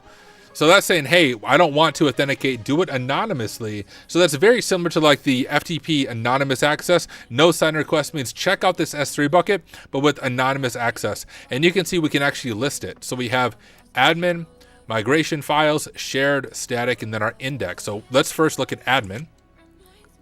So we can just go like this. All right, we can't do admin. Let's look at migration files.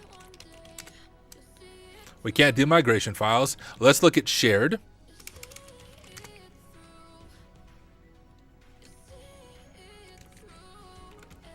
I think I need my trailing n. Hold up. Let me double check those other ones. I forgot my trailing slash. Okay, no, I can't check migration files. Let me double check admin, that we can't access that. But I know for sure we can access shared there. All right, so let's just go back to shared. And in shared, we have HL migration project.zip. Let me go ahead and back out to Pwn Labs, and we'll make a directory for S3 enumeration, cd into it. And now we want to copy this zip file from the S3 bucket and see what's going on here. So we'll do this. AWS S3 CP for copy. And then we want to grab this same S3 bucket right here. But now we want this file, HL migration project.zip, and we want to save it to our current directory, so we'll just do a dot there, and we'll do no sign request because we want to do it anonymously. All right, seems like it worked, and we can go ahead and unzip this and see what information is in it. I'm gonna get a drink of water.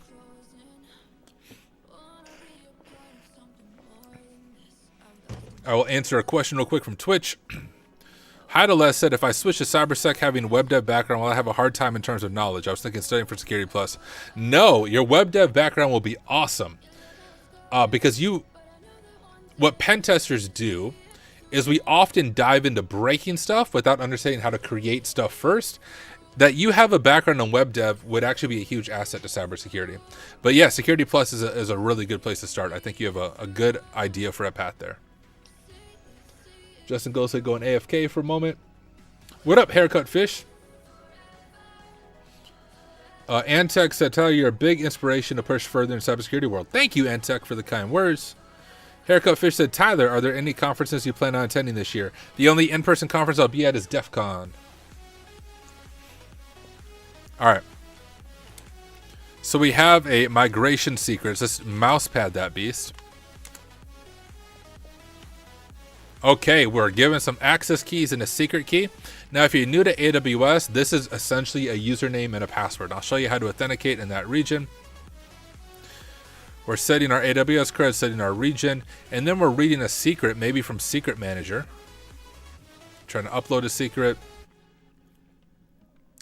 So this is something with Secret Manager, it appears, using these creds. So I will show you how we can authenticate with those creds. Let's call it terminal 2. And we'll do AWS configure, and we can specify a profile. And we'll do the profile, I don't know, S3 enum, maybe. And now it's going to ask us, whoops, it's going to ask us for our access key. So we'll copy that. Drop it there. We will copy our secret key. And then our region was US East 1, wasn't it? Yeah. If I could spell, we can hit enter on that. And now we can do the who am I, at least AWS's version of who am I. And that is AWS STS get caller identity. And then we can specify the profile that we're using, which is S3 enum, or our account. And so we are some username pam-test. And my guess is, hey, let's check out that S3 bucket we already found, and let's see if we have further access. So we'll do AWS S3 LS S3, and we can go ahead and grab that same S3 bucket. But we'll do it with profile S3 enum. And can we access the admin one now? We can. There's a website transaction export and a flag. I don't know if it's as easy as grabbing that flag, but let's give it a shot. We'll save it to our current directory and just change it from LS to copy. Okay, so that's forbidden. What about website transactions? I'm guessing this is going to be forbidden too. It is. All right, so let's back up a little bit. We have migration files, which we didn't have access to with our previous account, so let's check that out. And we didn't even have a previous account. We didn't have anonymous access to migration files. Let's see if these creds that we just compromised have access. Maybe if I would learn how to add the slash. Ooh. So we do know it's something with AWS Secrets Manager. Those, I'm not going to download those, but this looks interesting. This looks interesting. The migrate secrets.ps1 is what we already have, I think. But we have this test export. Hold up.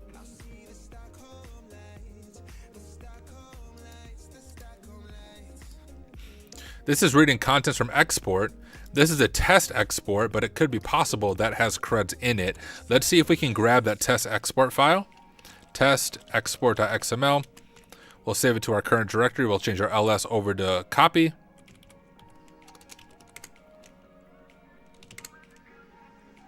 And now let's go to mousepad test export, and we'll back around. Ooh. Now this looks like, hey, you would never find this in the real world. Y'all, you would be surprised how often in pen tests, especially internal pen tests, I find notepad files called passwords.txt, and it's like this. A bunch of passwords in clear text.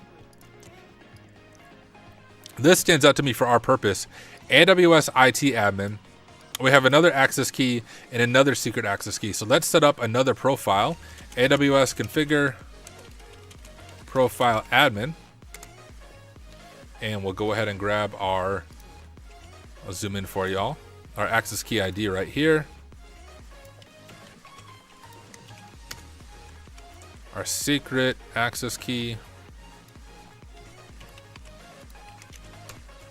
And we'll just do US East 1 again. And let's do STS get caller identity. Profile admin. So we are the IT admin.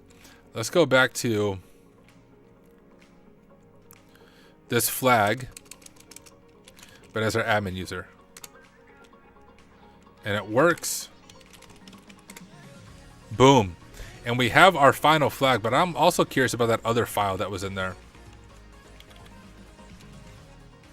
This one.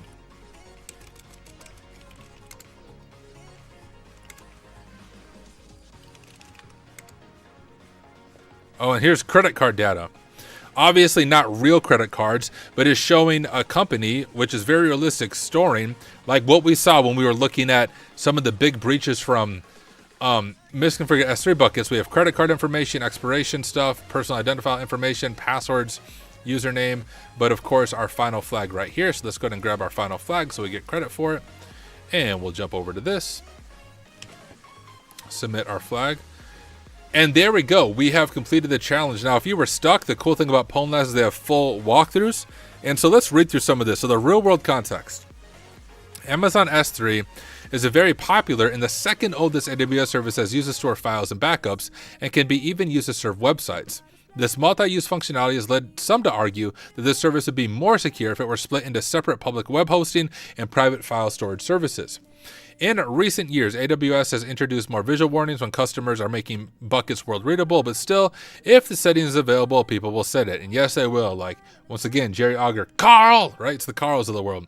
Misconfigurations and overly permissive settings in S3 have resulted in many data breaches over the years, which that's what we started our video out, is looking at some of those common data breaches. We'll see how they did the walkthrough, so we found that as well. They did the same thing I did. Oh, they did recursive.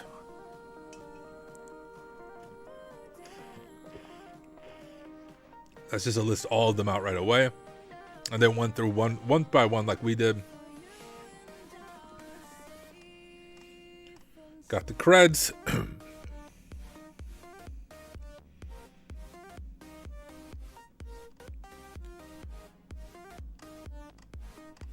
Looks like I followed the official walkthrough pretty closely there.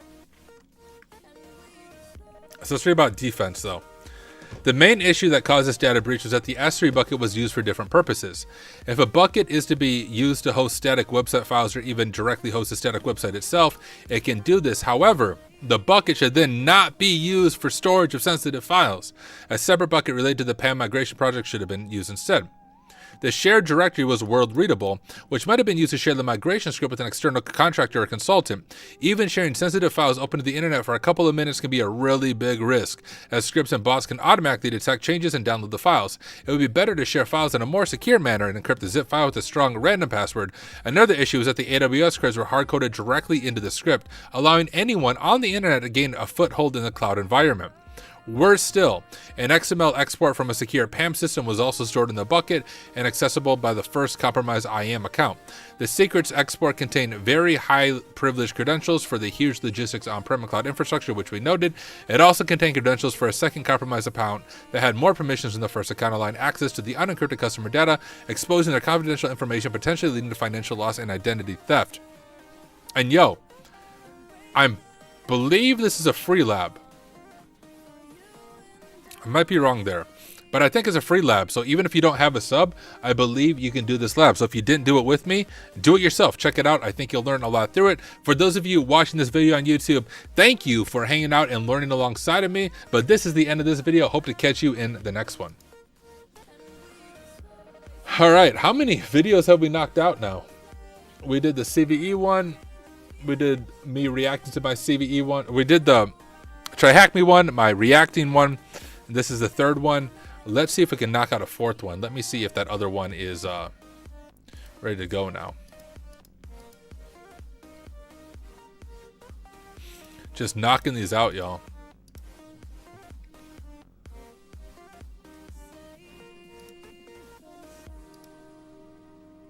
Oh, sweet. Okay, now this entry point is ready. Okay, cool.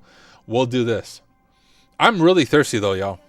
I need to drink some water. I'm talking too much. Let's take a 5-minute break. Answer some questions. Don't know about the website. Is it free? A lot of the labs are free. I think there's like over 20 or 30 free labs, and then for a premium sub it's $20 a month. But yeah, check it out. If you go to my YouTube page, I interviewed the founder and CEO of Pwn Labs.io, Ian Austin, so you can watch my interview with him. But yeah, a lot of the labs are completely free. The one we just did, I believe, was a free lab. This one, though, I'm quite certain is a premium or paid lab. So you can't follow along with this one unless you have a premium account, but you can live vicariously through me. But hey, y'all, I want to take another 5-minute break. I'm going to go fill up my water, walk around a little bit. I'll be back in 5 minutes, and we will dive into stuff. So, let's turn the music up.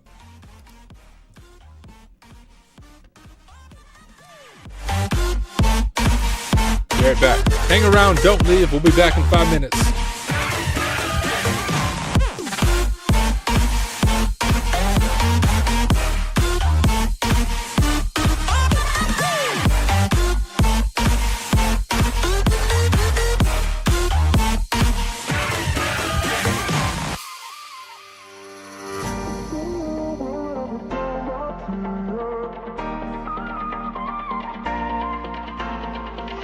Away from myself, from you, yeah.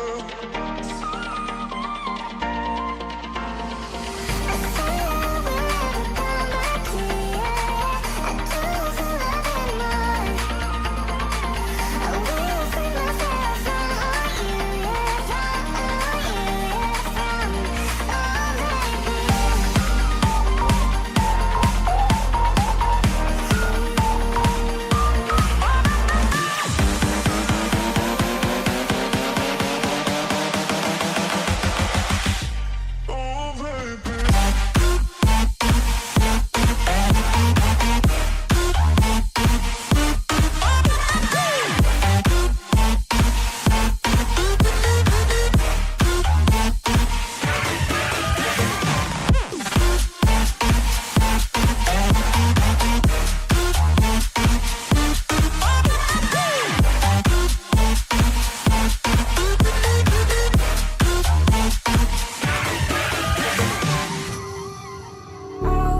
All alive. The devil's in the detail, lingered inside. Oh, a holy crime. But how can I hide you without an alibi? It's a lover's fight without an alibi. You took my innocence. I can't wait no longer. I'm playing with the monsters. Everything that brought me alive. Going around like nonsense. Playing with the monsters. They brought me alive, but got no alibi. It's a lover's fight without an alibi. You took my innocence without an alibi.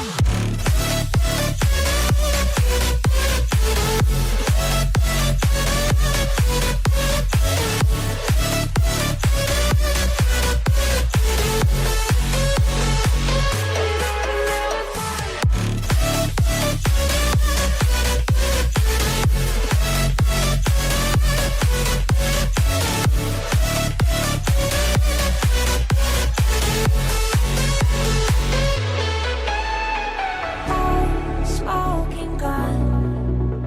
You got me on the run. We know that will come. We're out up till dawn. But how can I hide it without an alibi? It's a lover's fight without an alibi. Took my innocence.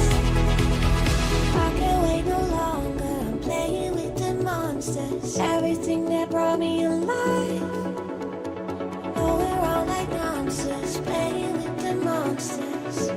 They brought me alive, but got no alibi. It's a lover's fight without an alibi. You took my innocence without an alibi.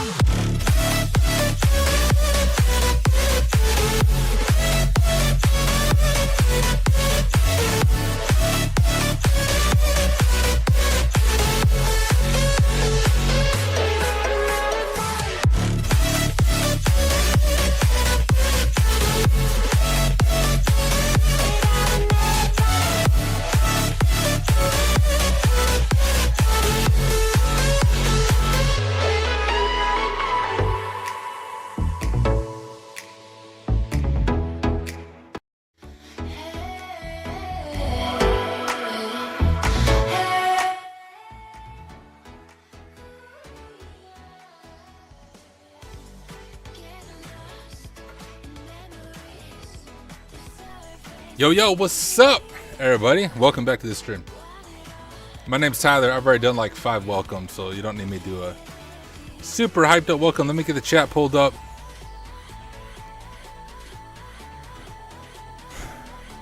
So, Gromit said I make it look easy. It's only because I've done quite a bit of AWS stuff, at least the basics. I'm still very much an AWS noob, but if you go through my YouTube channel, I have a whole playlist on AWS, so I've done most of the Cloud Goat scenarios, which are like AWS or vulnerable AWS by design deployment in your own AWS account. So I've done most of the Cloud Goat scenarios.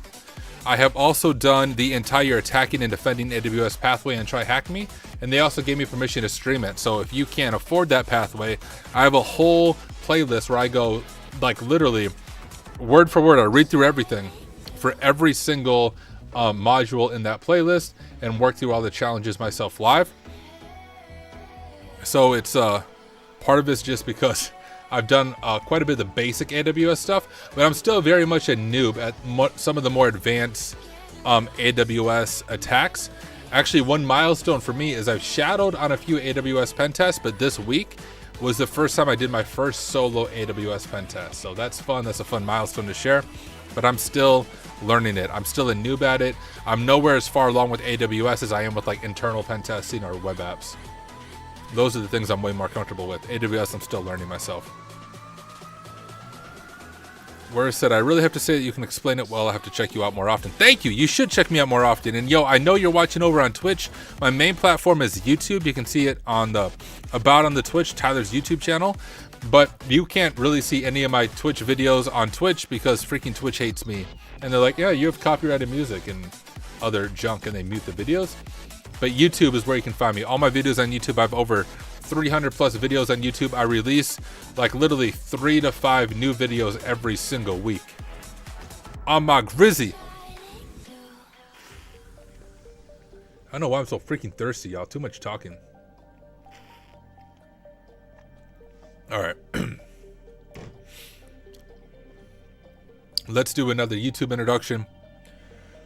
And then we'll dive into stuff. Hey, what is up everyone? Welcome back to another video. In this video, we're going to continue to work through some Pwn Labs labs. Specifically, we're going to cover this lab. Command injection to EC2 user data privilege escalation. All right, a lot of stuff. Let me say it again. Command injection to EC2 user data privilege escalation. Now, full disclosure, usually I work through labs completely live and stumble my way through them. I have done this one previously, though it was a while ago, so I'm pretty sure I'm gonna forget most of the ways on how you do the lab, and I'll still stumble my way through it anyways. But when I did it, I remember really enjoying this lab. It's a little more complex than some of the other ones, and you learn a lot of different AWS functions and privilege escalation paths that you don't learn in some other labs. So without any further ado, let me share my screen.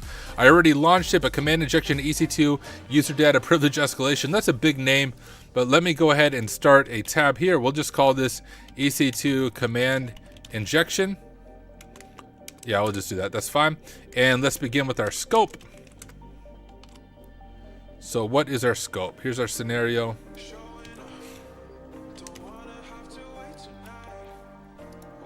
So after a successful smishing attack, that's text message phishing, huge logistics, you've obtained AWS credentials for a user account. How the heck did I get those through smishing? That's crazy. Your task is to use these initial credentials to explore and possibly expand your access within their cloud environment. Your objective is to determine impact of smishing the user. Let the hunt begin. All right, word.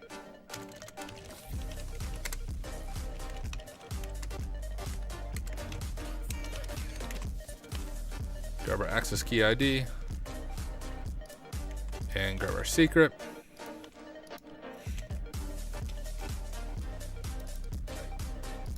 And we'll do that.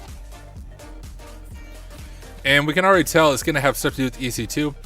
So let me introduce you guys to a cool tool called Pwn. Pwn is developed by the greatest, well, not this one. Pwn is developed by the greatest pen testing firm on the planet today, aka Rhino Security Labs.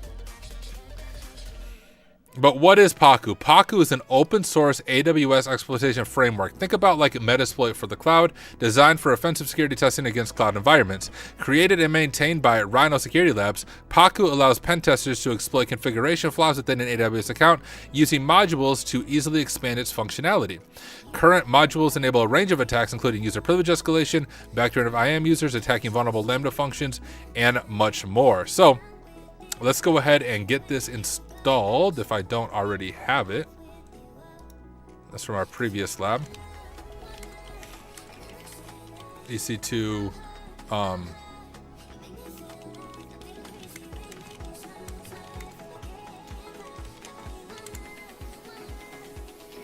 hey, I already have it installed. But if you don't have it installed, super easy, pip3 install Paku. That's all you gotta do. But let's go ahead and configure our keys right there. So we'll do AWS configure profile. I don't know what to call this. Maybe smishing. We'll call it smish. And we'll grab our access key ID.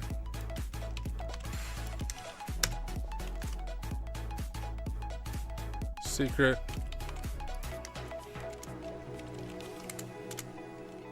All right, and now we'll do AWS STS get caller identity, which if you're new to AWS is kind of like the who am I using the AWS CLI.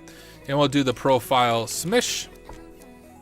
There we go. So we're at least authenticated. Let's go ahead and grab that for our notes. We are the Ryan user.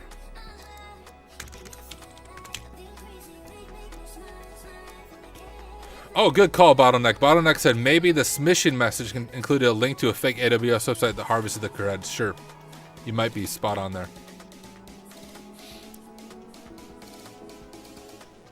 Did I just hear one of my kids?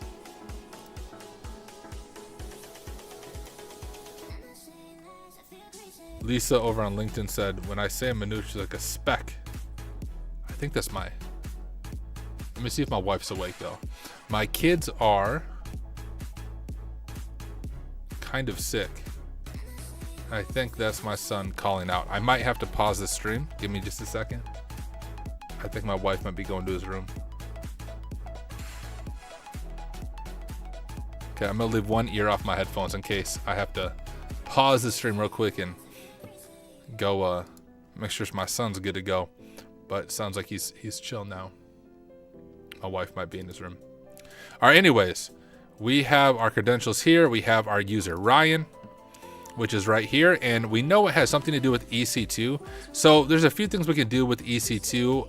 I might screw up the syntax. Matter of fact, I probably will.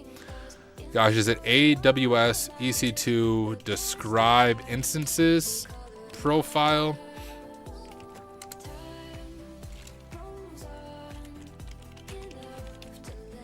Let's try US West 2. Okay, sweet. So I kind of guessed the region there. There's different regions in AWS that resources can be stored in, so we have it there. But let me show you how you can do the same thing with Paku. And so we'll launch Paku.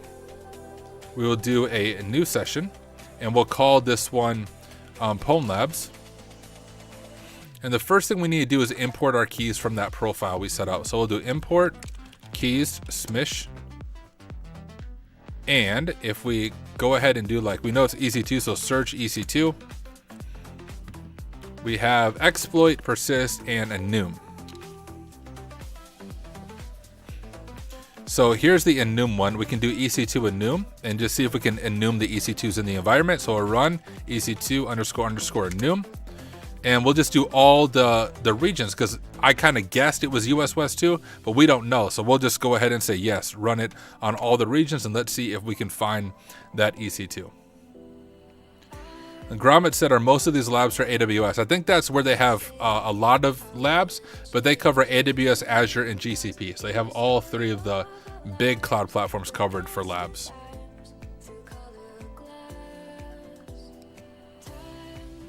Make sure I'm not missing anything on LinkedIn.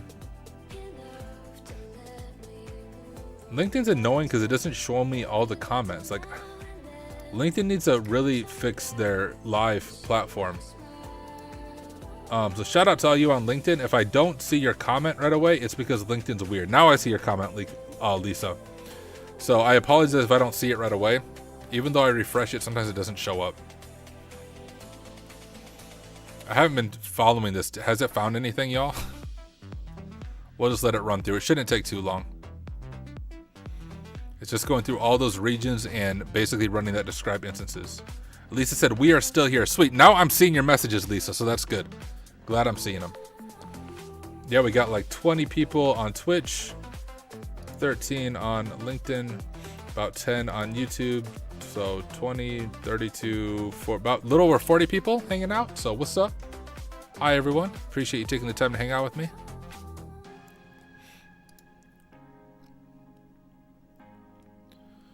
Paku's slowly doing its thing. Could just stop it. I bet it found the instance.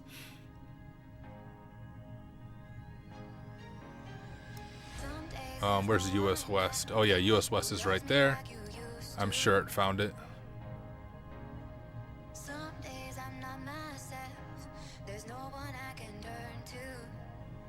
We'll let it keep going. There, it's done. So one total instance found. And now if we open a new tab, we're going to name this one Paku.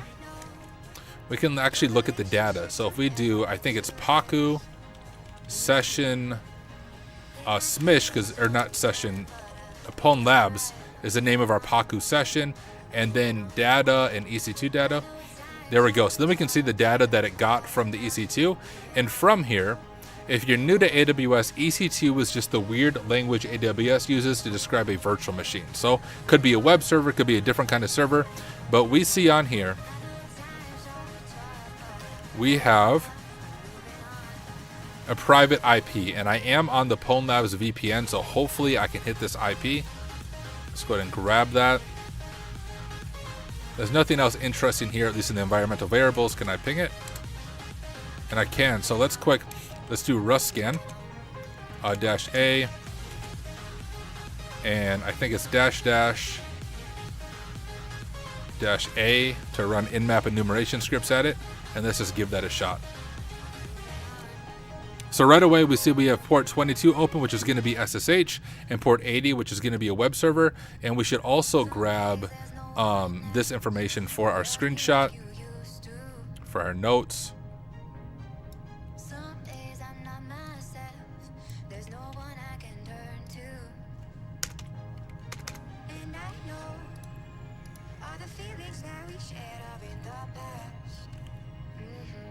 And then we have our information here. So let's grab this. All right, there's our in-map scan. We'll drop it there. Make it a little bit bigger. That doesn't look right. Did that do... What was the code highlighting on that? Oh, here we go. That's what I'm trying to do. There we go. And then let's go and just make separate tabs for these as we enumerate it. Once we get creds, we can check out SSH. So keep in mind SSH is open.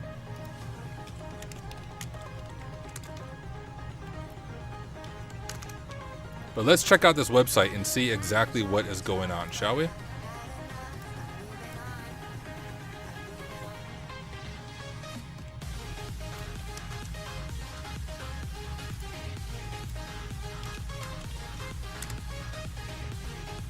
To every direction. There are many variations of passages of warm ipsum available, but the majority, and then blank. These services, home, about, services, blog, contact, tracking. Okay, let's open up Cato, which I might actually need to update. Let's see if I need to update Cato. We'll do a quick update. Yeah, update available. It might authenticate me, so I'm just going to stop sharing my screen for a second. Oh no, I don't think it's going to do it right away. Wait. And we will do Linux.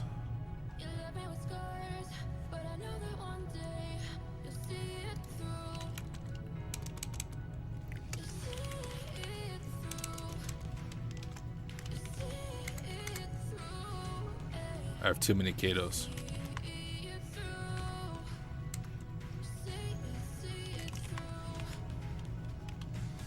All right. Okay, now if we do which Cato, we'll just do sudo remove user local bin Cato. And we'll do tar xf Cato on that file we just downloaded. I want to rename it. Oh, not remove. I meant move. Shoot. Come on, Tyler. Don't suck at Linux, bruh. Now move, not remove, to Cato. And now we'll move to user local bin. All right. Close it out.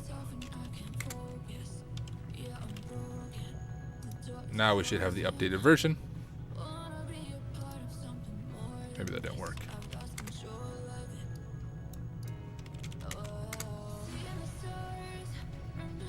Oh, come on.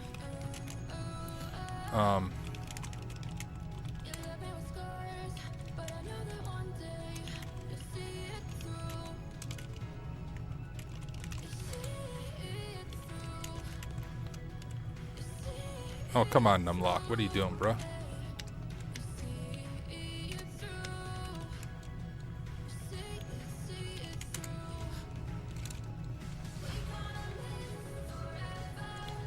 Just kill both of those processes real quick and that should fix it. That was user error there. Okay, now we have a fully updated one. We will go ahead and create a project and we will call this Pwn Labs. And we'll go over to intercept. So we have that set up. I like to open it in a new tab here. Just throw it to the side. And now we have our tracker. Throw this to the side. Let's go ahead and turn on Foxy Proxy here. All right. Throw that over to replay, turn off queue, and we go to make this big, hit send, and let's just see what a normal request does. Let's render it. So I cannot find shipment number. I'm guessing we're gonna get like command execution through this, but you know what else I bet is vulnerable to is stored cross-site scripting. So this isn't going to be part of the lab, but if you're doing a pen test or a bug bounty, anytime you see a field that accepts input and then returns the data back to the user, you should always see if cross-site scripting JavaScript is possible. And you can do it simple like script alert document.domain script. Very basic JavaScript. And it is. So if we were doing a bug bounty or a pen test report, we would actually make note of this, that it is vulnerable to cross-site scripting. But I don't think that's the main point of this lab. I'm guessing it's going to be like 1, 2, 3, 4, 5. Who am I? Okay, that doesn't do it.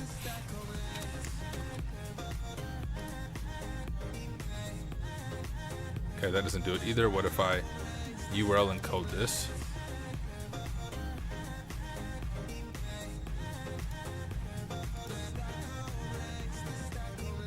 All right, how about, let's do ID instead, actually. So what I'm trying, for those of you who might be new, I'm doing basic like command injection. And I just know these by memory. And there we go, I actually have command injection with backticks.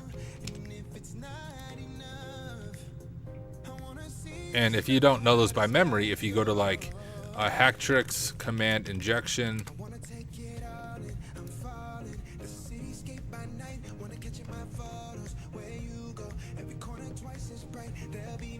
so both Unix, so you can actually see the ones I was trying here. And here's the one that worked. So even if you didn't know what you were doing, you could have gone to hack tricks and just tried fuzzing with a few of these and you would have eventually got RCE here. Oh, so you don't want that open. So, shipment export. So one thing to keep in mind, when you get command injection, we know this is an EC2. You can often, if there's identity, an IAM identity connected to the EC2, which often there is, we might be able to access the creds for that, the access key and secret for that. So let's go to AWS SRF. Here we go. Here's what I'm thinking. So, one of the most common techniques in AWS is abusing the instance metadata service associated with the target EC2 instance. Most can access their IDMS at there. The service is only accessible from the specific EC2 instance, but see, we have full RCE from the EC2 instance, so we might be able to access it. The instance metadata contains useful information about the instance, such as IP, etc., etc. If it has an IAM role attached to it, IAM credentials associated with that role can be retrieved from the metadata service, so we can pivot into the AWS environment. So to demonstrate this, we need to go ahead and do something like this. So we'll go back to Cato here, and we'll do like curl that. We'll back it up to like this and see if we get anything. And there we go. We have dynamic, metadata, and user data. So one thing to check is if there's any sensitive information stored in user data. And nothing's found.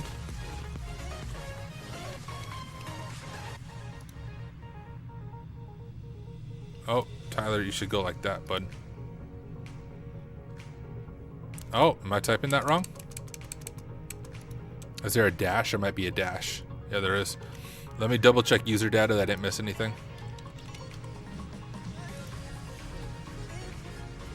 Okay, no, so nothing's found there. Let's check metadata.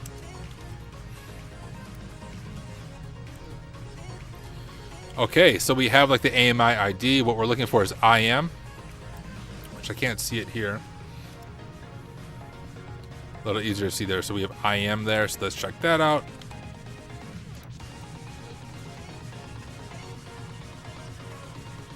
And we have security credentials.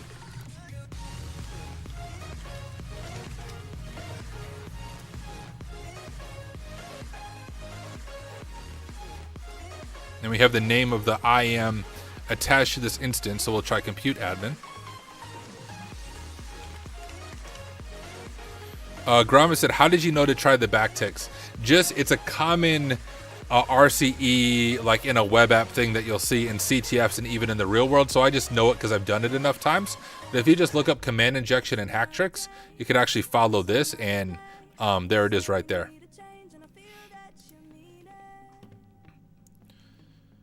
So compute admin, let's send.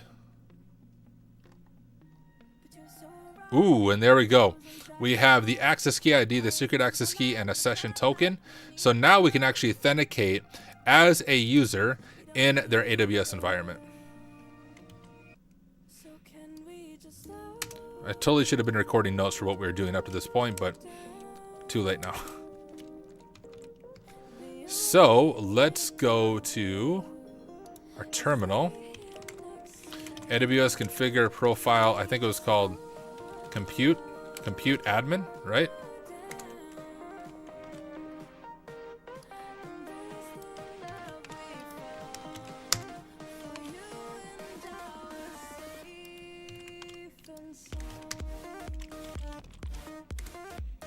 And then you'll notice we still need to put in our session token.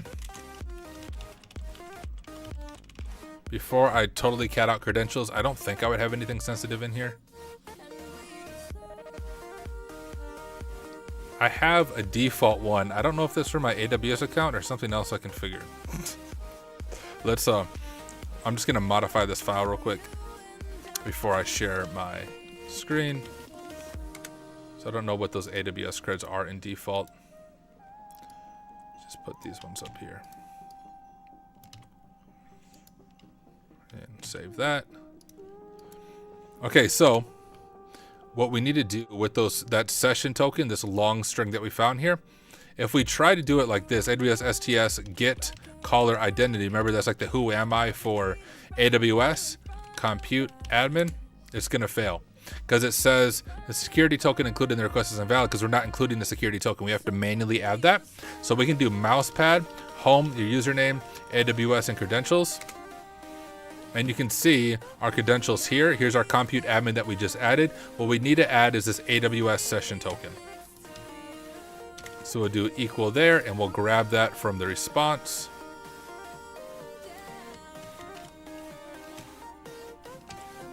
Save that, and let's try that same command. And there it works. So now we are actually in their AWS environment as the compute admin. So now I'm curious, kind of what permissions do we have for that compute admin?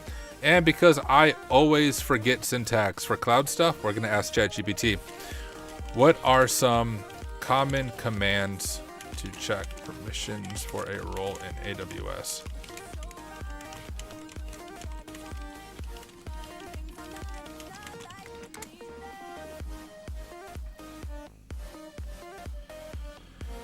You guys will see why I forget the syntax for this, because it's confusing. So this is pretty basic. We can try that.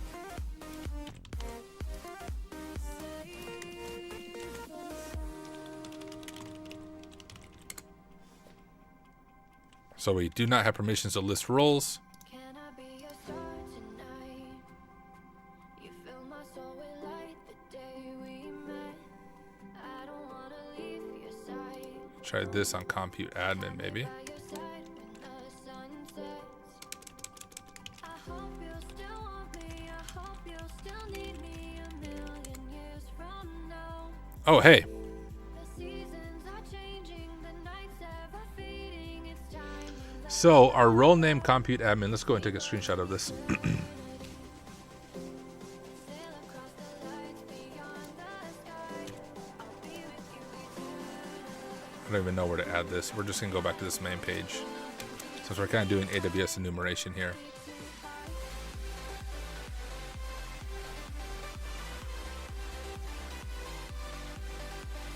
I have no idea what you're talking about, Ken. Bottleneck said, would you say GPT-4 is worth it? I don't know what it costs. I guess it depends what it costs. My workplace pays for GPT-4, so I don't pay for it personally. I like it. It's a lot better than 3.5 in my opinion. And I use freaking GPT every single day, y'all, especially for cloud stuff. But I did a lot of my whoops, close some stuff out. I did a lot of my earlier labs with GPT 3.5, so you can still do all this AWS stuff with 3.5 from my experience. But you have the ability to assume a role for an EC2, which makes sense because that's what we're doing. I don't know if that's really helpful to us right now. Let's come back to that. Let's do this on that role. For the role name, I believe we need the full ARN, maybe. Oh no, maybe it's just the role name right there. So we'll do compute admin, profile, compute admin. So we have our attached policy there. So let's see if we can enumerate that specific policy.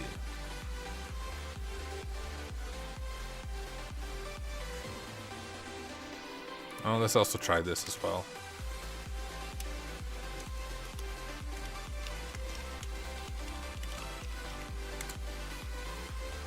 Okay, we can't do that.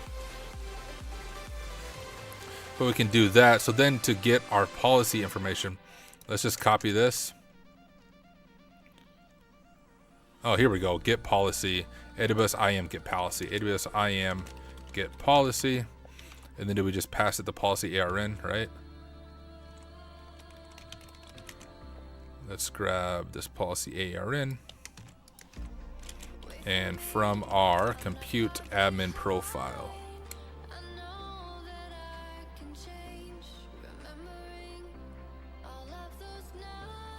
That's the, okay, so we have, okay. We have our policy information here, a default version. I think we can kind of enumerate the policy a little more now with that default version. Yeah, here's what I want. To retrieve the actual policy document, you need to get the policy version, which I have now. So let's give that a shot. Our version ID is just right there, V1. I'll policy ARN. It's right here. Okay, now we're talking, y'all. Let's go ahead and take a screenshot of this. And I'll do my best to walk you through what we see here.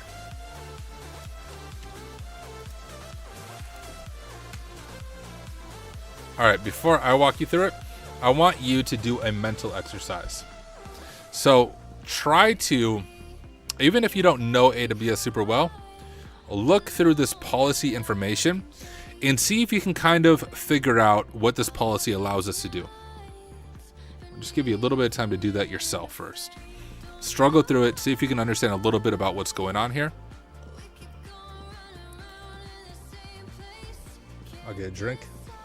I'll check LinkedIn, make sure I refresh things.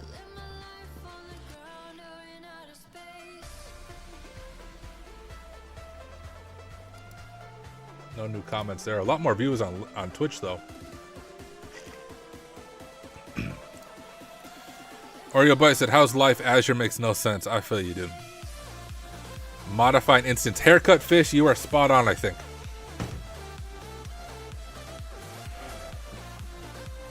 So here's what we can do.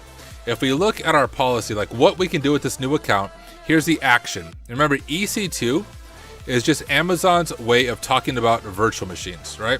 So what can we do? We can describe instances. That means we can list the virtual machines in the account. We can start instances. We can start virtual machines. We can modify an instance attribute. And so we can add user data. And if we look back at the name of this, kind of cheating, but command injection to EC2 user data privilege escalation. So we kind of use a hint that, hey, we can modify instance attribute so we can actually inject user data. User data is like a script that runs when the VM starts up. So we can stop the VM. We can add a script that runs on startup as the root user. And then when it starts, it will run that script as the root user. And then we could privesc in probably a variety of ways there. And then we have the effect allow. We have a wildcard, which means this policy applies to every EC2 in the environment. And then we have some other things. We can get role, get policy version. This is the enumeration commands we were just running on our compute admin role. Yes, Neffels, exploiting cloud init is what it sounds like to me. And hey, if you don't know what this means, the beauty of AI, let's do this.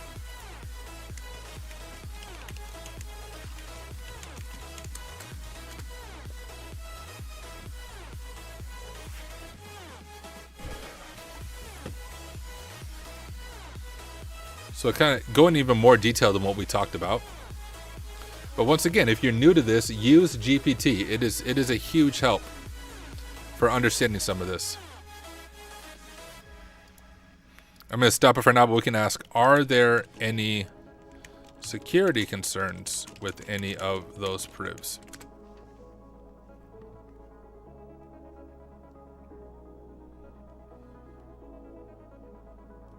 Let's see if it catches what we can do.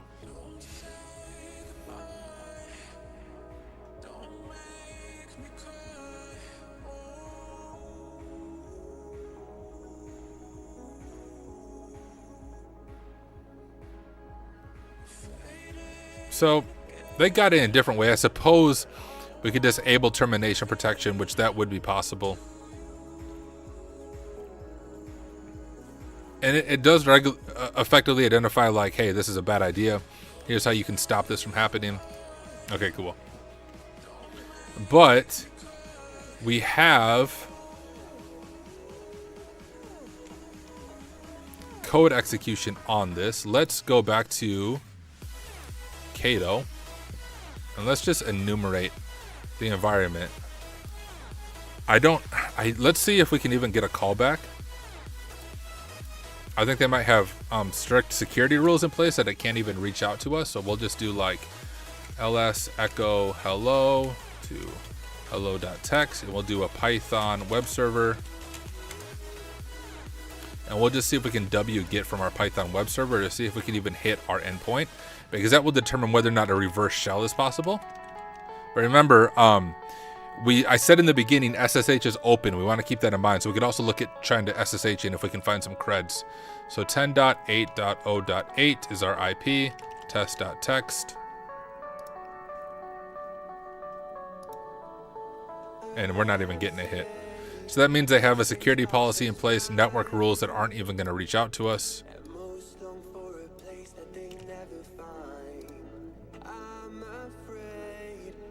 Right? There's our output. So that's not really going to be a possibility of getting a reverse shell. Let's jump back over to Cato. Let's do something like cat etc password.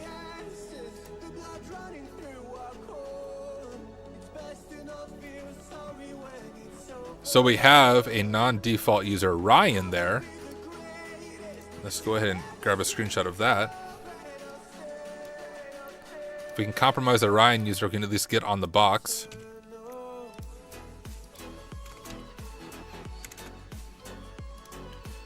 And we'll go back to Cato. Can we do ls home?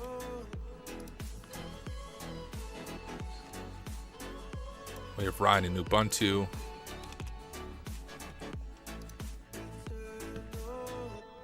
We may not be able to see into Ryan's account.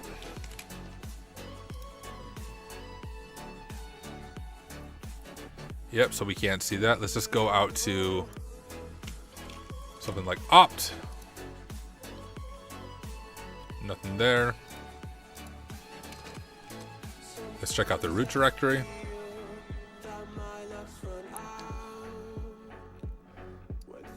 That's not normally there. Everything else is normal, so let's check out that.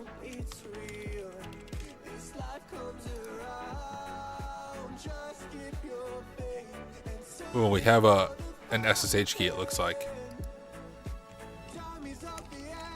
So let's cat that. That's probably Ryan's SSH key.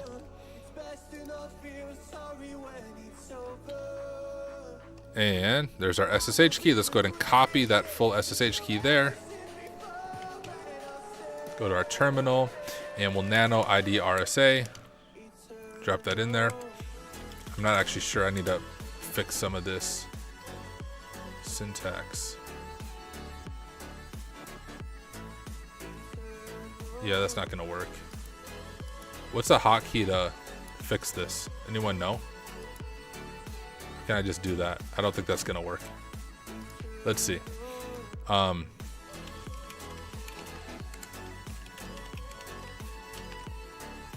What's our target here?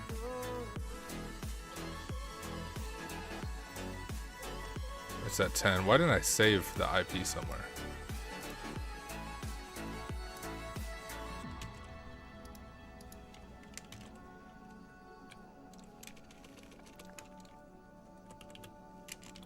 Just I to specify our key we want to use for key-based authentication. And yeah, I'm pretty sure I just need to fix my key. Control plus that should be it if you highlight. Or remove white space online works too. Let's just do that. Good call. Every time we say goodbye, they all see that it's a lie. 'Cause we always give it one last try. Yeah, you've watched me. Oh no, that breaks the syntax. Although I can probably fix it. Let's see if that works. Nope, that's not gonna work. That's not correct syntax either. Let's go like this.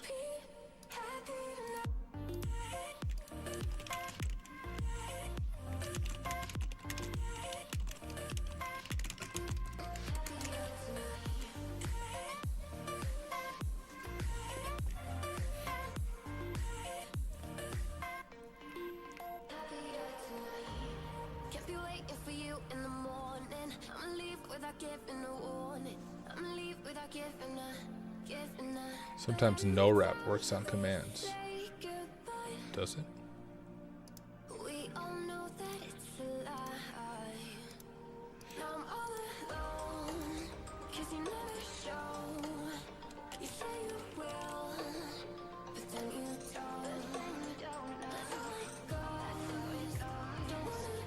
I know what we could do. Hold up. If I just copy this.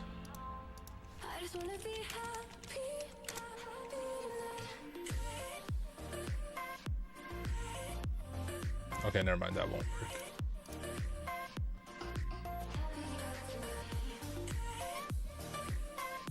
Oh yeah, gotcha. Super. Find and replace, remove all the leading spaces. Oh, good call. I might be able to do that. Can we do that with handy little notepad here?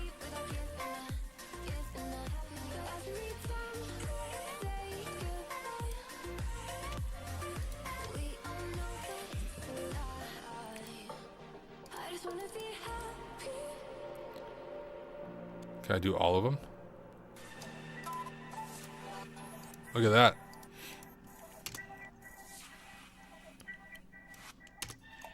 Something like that. That might work.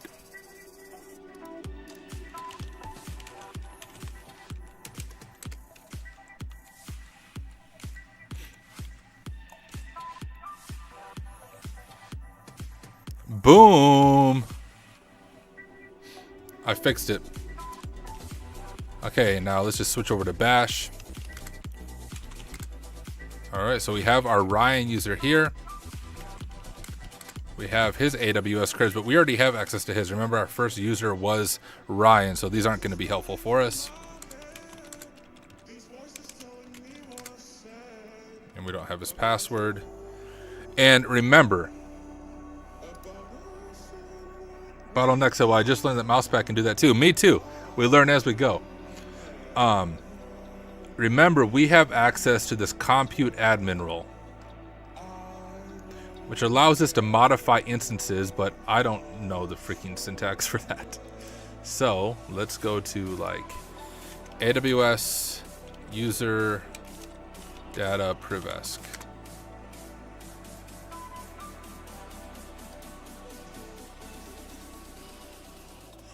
If an adversary has access to the modify instance attribute permission, which we do, they can leverage it to escalate to root or system on an EC2 instance. Usually user data scripts are only run the first time the instance is started. However, this can be changed using Cloud Init to run every time the instance restarts. To do this, first create a file with the following format.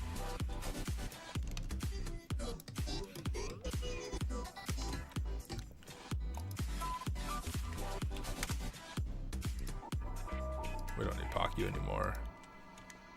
Actually, I think let's test Paku real quick. Pwn Labs import keys compute admin search EC2.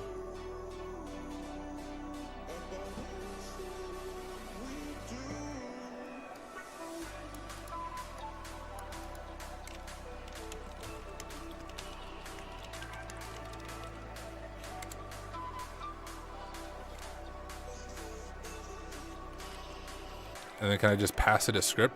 Let's just test this. Okay.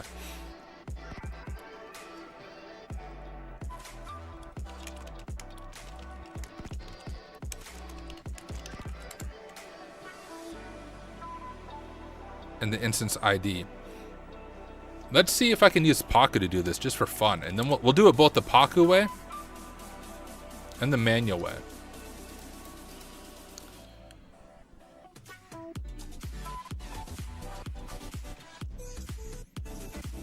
Do I need a base 64 and code it would be my question.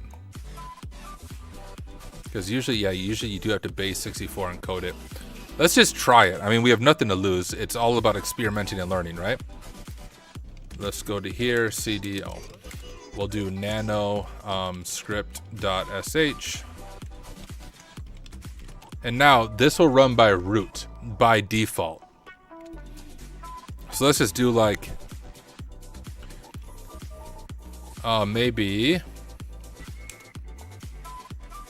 make directory root SSH just in case it's not made yet. And then echo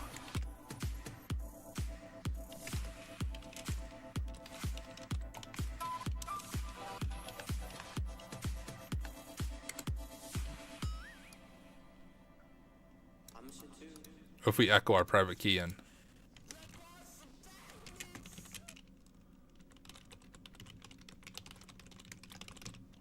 Like that.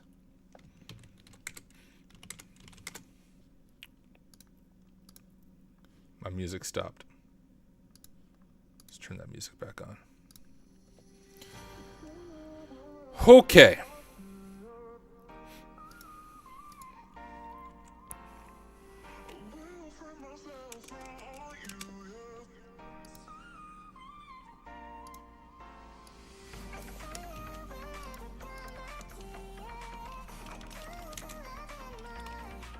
And we do our instance IDs, which we actually have in Pwn already. If we do Pwn session Pwn Labs data EC2.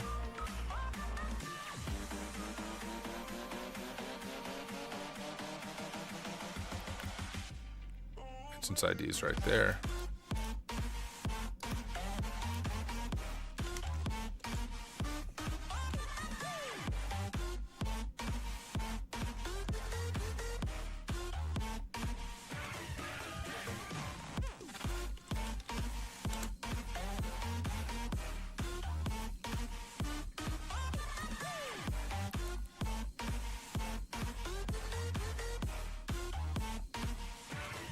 Parameter validation failed. Invalid type for parameter. Do I need a base 64 encode it? Class bool valid types of bytes. Class byte array. I'll do it manually if I can't get this to work.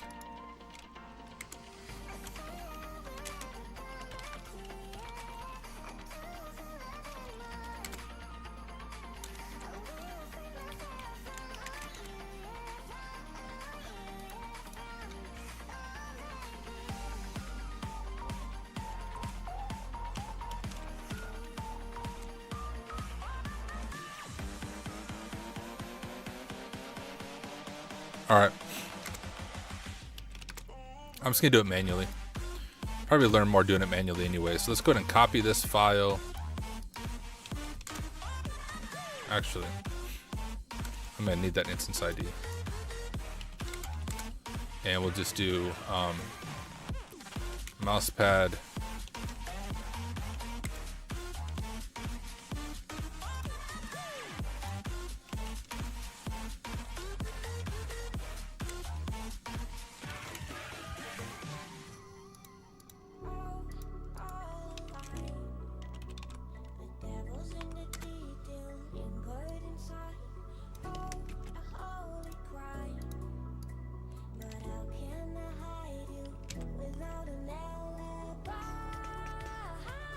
Doesn't the SSH structure need a chmod 700 if you create it? It might already be there, but good call. If it doesn't work, we'll see if we can fix it. But if it's already there, we should be good. I'm just doing that just in case it doesn't exist. We'll just see what happens, and then we'll go back and play with it. And then I have to base 64 it. All right, let's go ahead and just get that part done.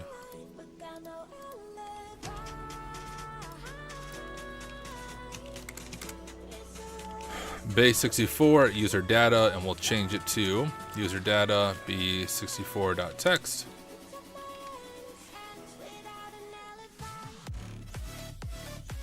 And since will need to be stopped before you modify it, you have to stop it yourself or wait for someone else to stop it. Okay.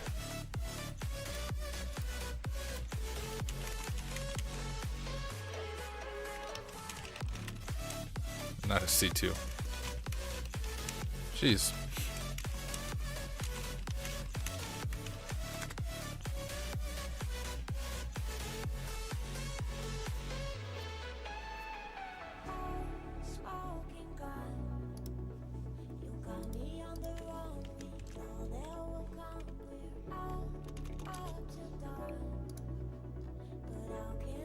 Come on, Tyler. Why do you keep closing stuff out, bruh?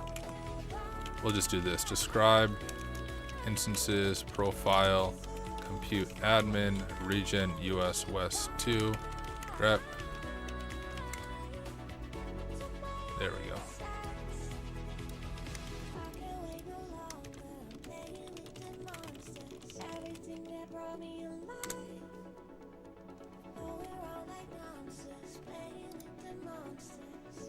They brought me alive, but got no alibi. What? It's a rebel start without an alibi. It's a man's hands without an alibi.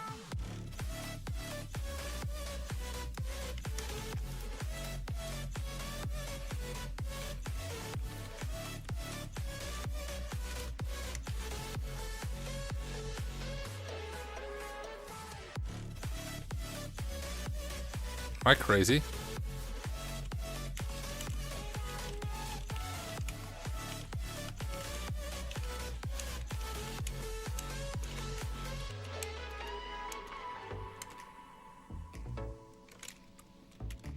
Oh, I need to specify the region, silly Tyler.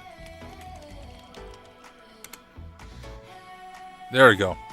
Now I stopped it.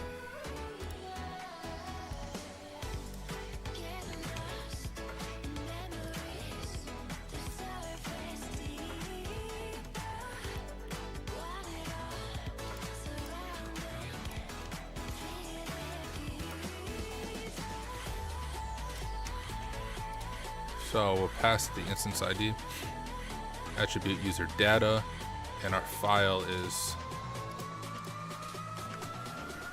this one right there.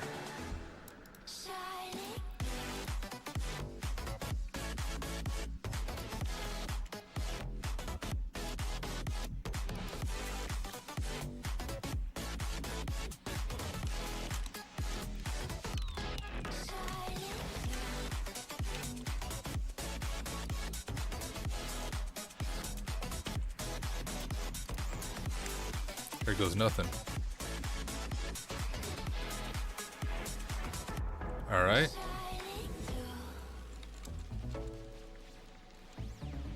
I'm assuming we can change stop instances to start instances.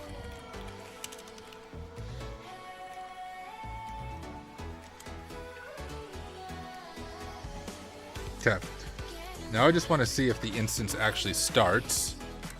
And we can just do SSH as Ryan again at our target IP.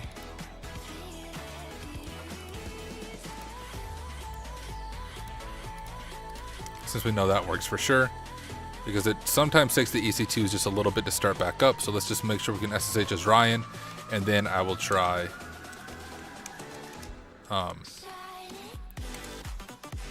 as the root user. See, it's not back up yet.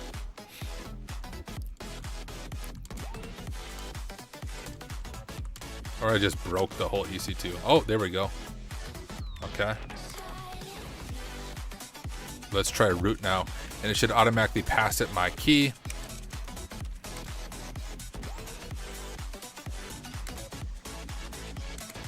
I'm root.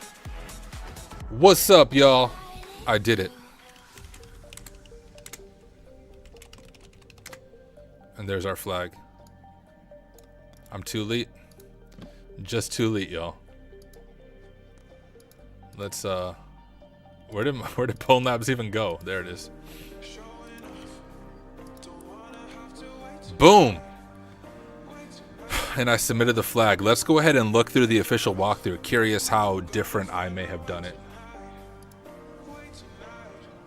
Sure not miss anything in chat. Thanks, y'all, for saying congrats. Appreciate the kind words. So, real world context, when injecting programming code is executed, whereas with the command injection, it's an OS command that is being executed. This lab focuses on OS command injections, which are a common and significant real world issue in software applications, occurring when untrusted user input is directly incorporated into system commands without proper validation or sanitization. So we did all that. Yep, we did that, and then I kind of stumbled my way through that, but eventually enumerated the policy.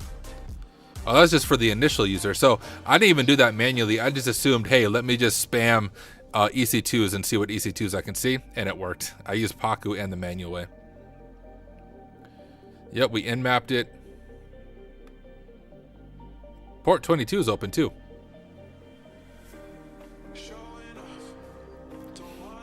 This one only shows 80, but 22 is also open, obviously, for SSH.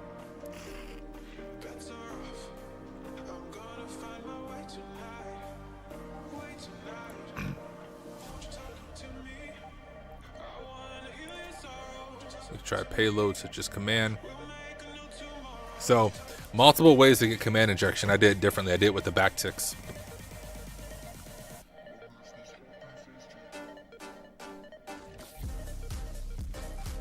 See password.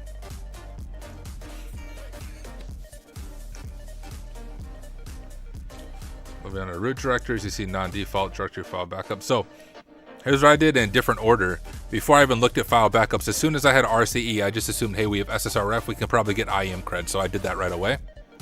The official walkthrough does a little more enumeration on the file system itself. They discover file backups, they get an RSA key.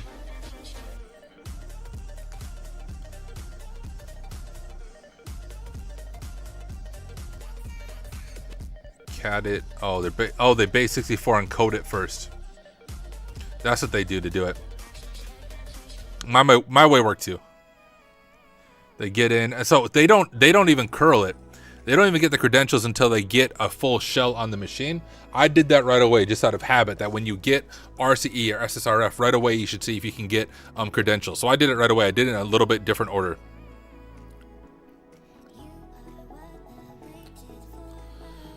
Name compute admin is available. Yep, so I did all that. Added it to my account, or to my profile, created a profile for it. And then, yep, we did the same thing, except for, they said version 9. For me, it was version 1. Maybe the lab updated, but mine was version 1 if I remember right. And then, yep, we saw those same things. Leverage user data execute commands in the context of root, which is what we did. And yeah, we did something similar. So they set the SUID bit on SH, it looks like. And in Zephyr, we added commands to create a copy of the root on binary and set the SUID bit. So that would have worked as well. I thought mine was cooler, echoing my SSH public key in, and I could just SSH as root. That just seems cooler to me. And then yeah, base 64 encode it. We kind of followed the docs to figure out how to do that. We stopped the EC2 instance ourselves. We modified it.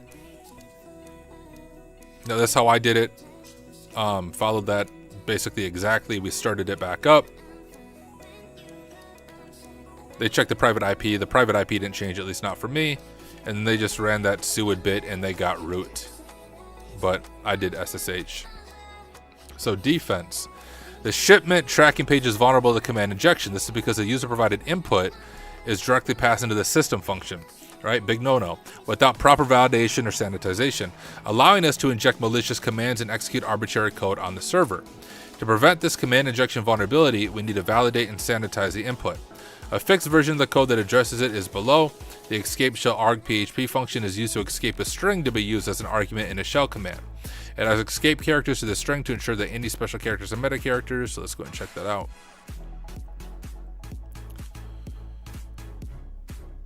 The escape shell PHP function, I see. It's important. So it's kind of like when I was talking about the Go CMS, sanitize user input, especially here. It's important to note that executing shell commands based on user input should be approached with extreme caution. Whenever possible, it is advisable to use safer alternatives or consider a more secure approach that avoids directly executing shell commands. Word, I agree. It is also not advisable to update files in the web root or accessible subdirectories, as artifacts such as that can unintentionally be created that could provide attackers a source code. So if you would have found that using like Dirbuster, you could have read the source code and did a static code review and you would have discovered the RCE. Okay, let's check out this further reading. I really like that Pwn Labs adds like real life situations for each lab to the bottom. So look at this, a Facebook bug, a journey from code execution to S3 data leak. Facebook recruiting. I noticed the coding platform was not properly validating code and allowing to execute some dangerous code. What, they got RCE on Facebook, bruh?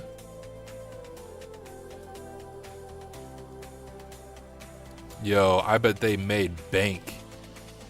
Wow. That is crazy.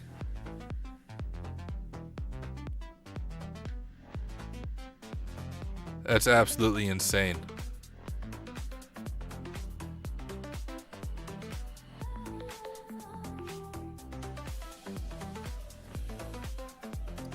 Same there, I couldn't give her a shell.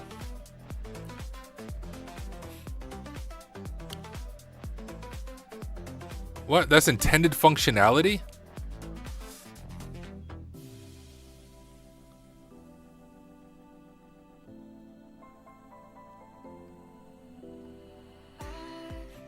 Was wrong to say I wouldn't change a thing, 'cause in the story of our lives, the best of times through color glass.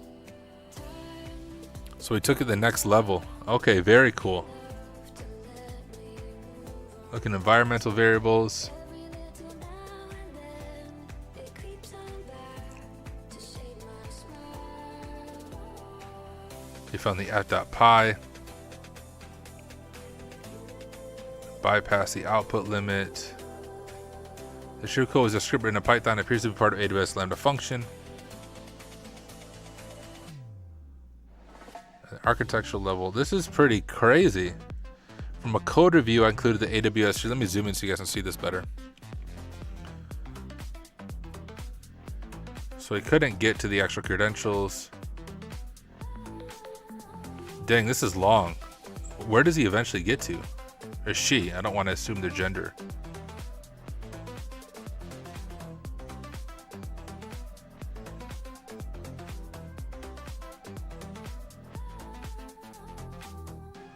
Running a shell script. Takes an encoded shell script and decodes it, saves it, makes it executable, and runs the script as a background process.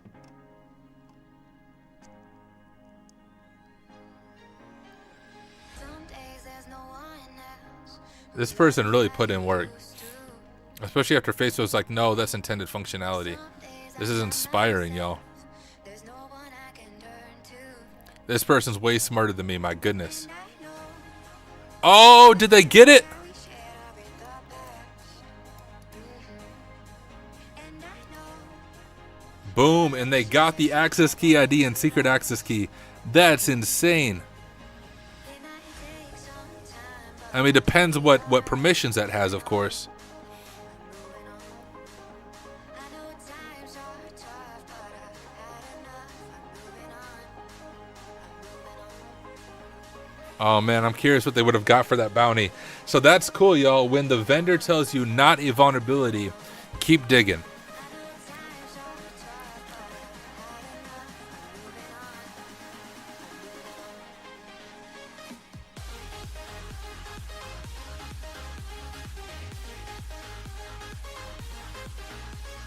Oh no, they kept going. They kept going. And do they find an S3 bucket? Consider is Kevin's valid solution. And they downloaded a solution of another user. Oh my goodness.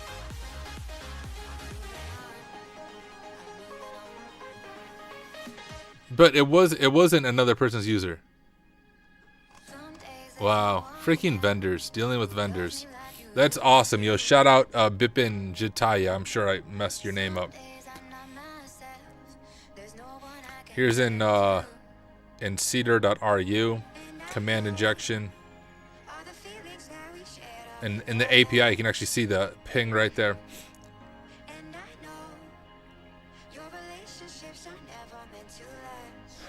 Cool, cool. Last one. RCE on system images.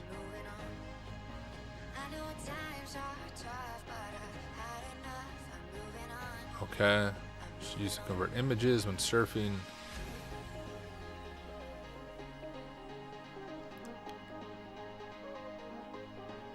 So taking control of the server. Very cool.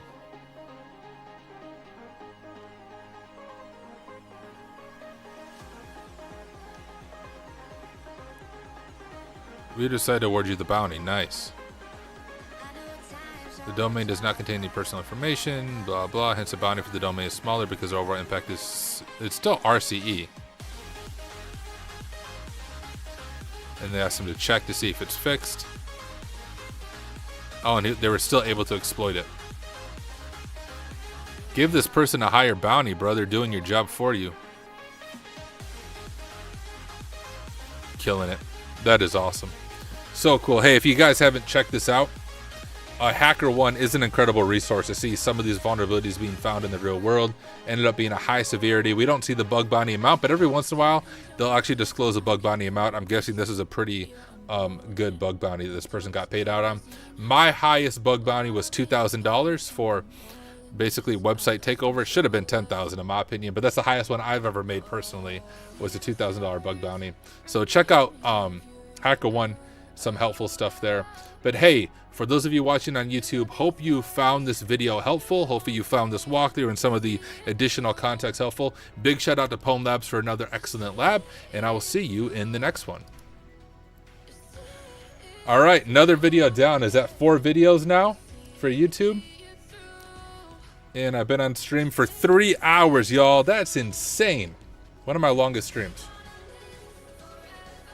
Lisa said, gotta bounce. Thanks, Tyler. Peace out, Lisa. Thank you for hanging out on LinkedIn.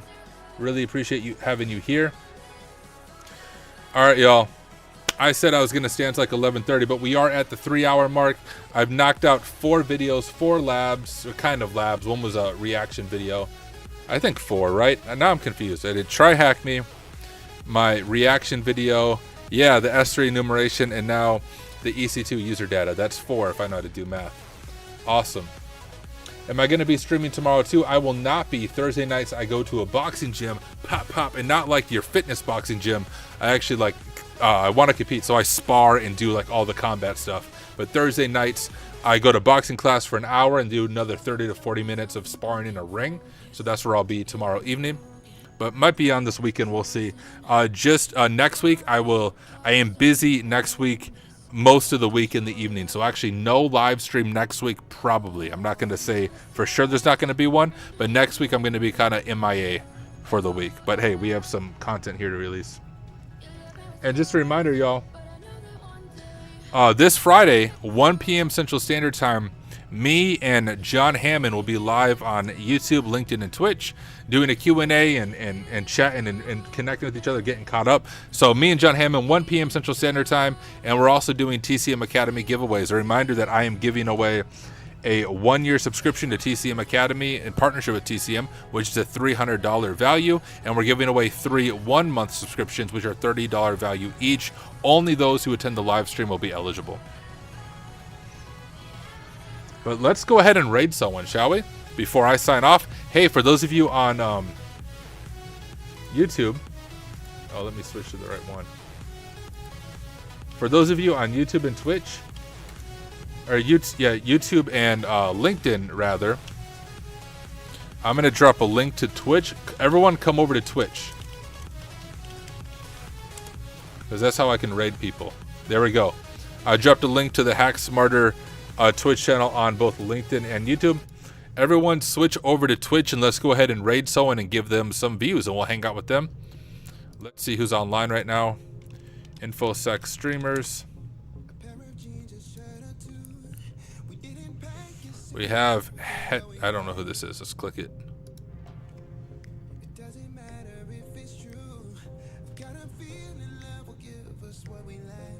Hey, they're doing some hacking stuff.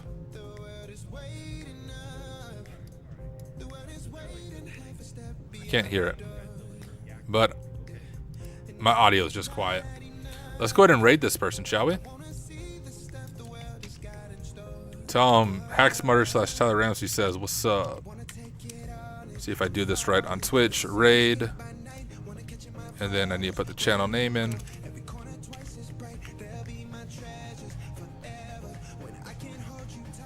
Okay, we just set it up to raid, so come over to Twitch.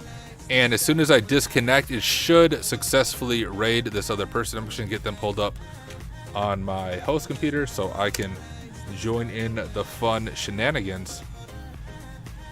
There we go. I got it pulled up. So let's go ahead and raid this person. Tell them hello. Encourage them as they are streaming.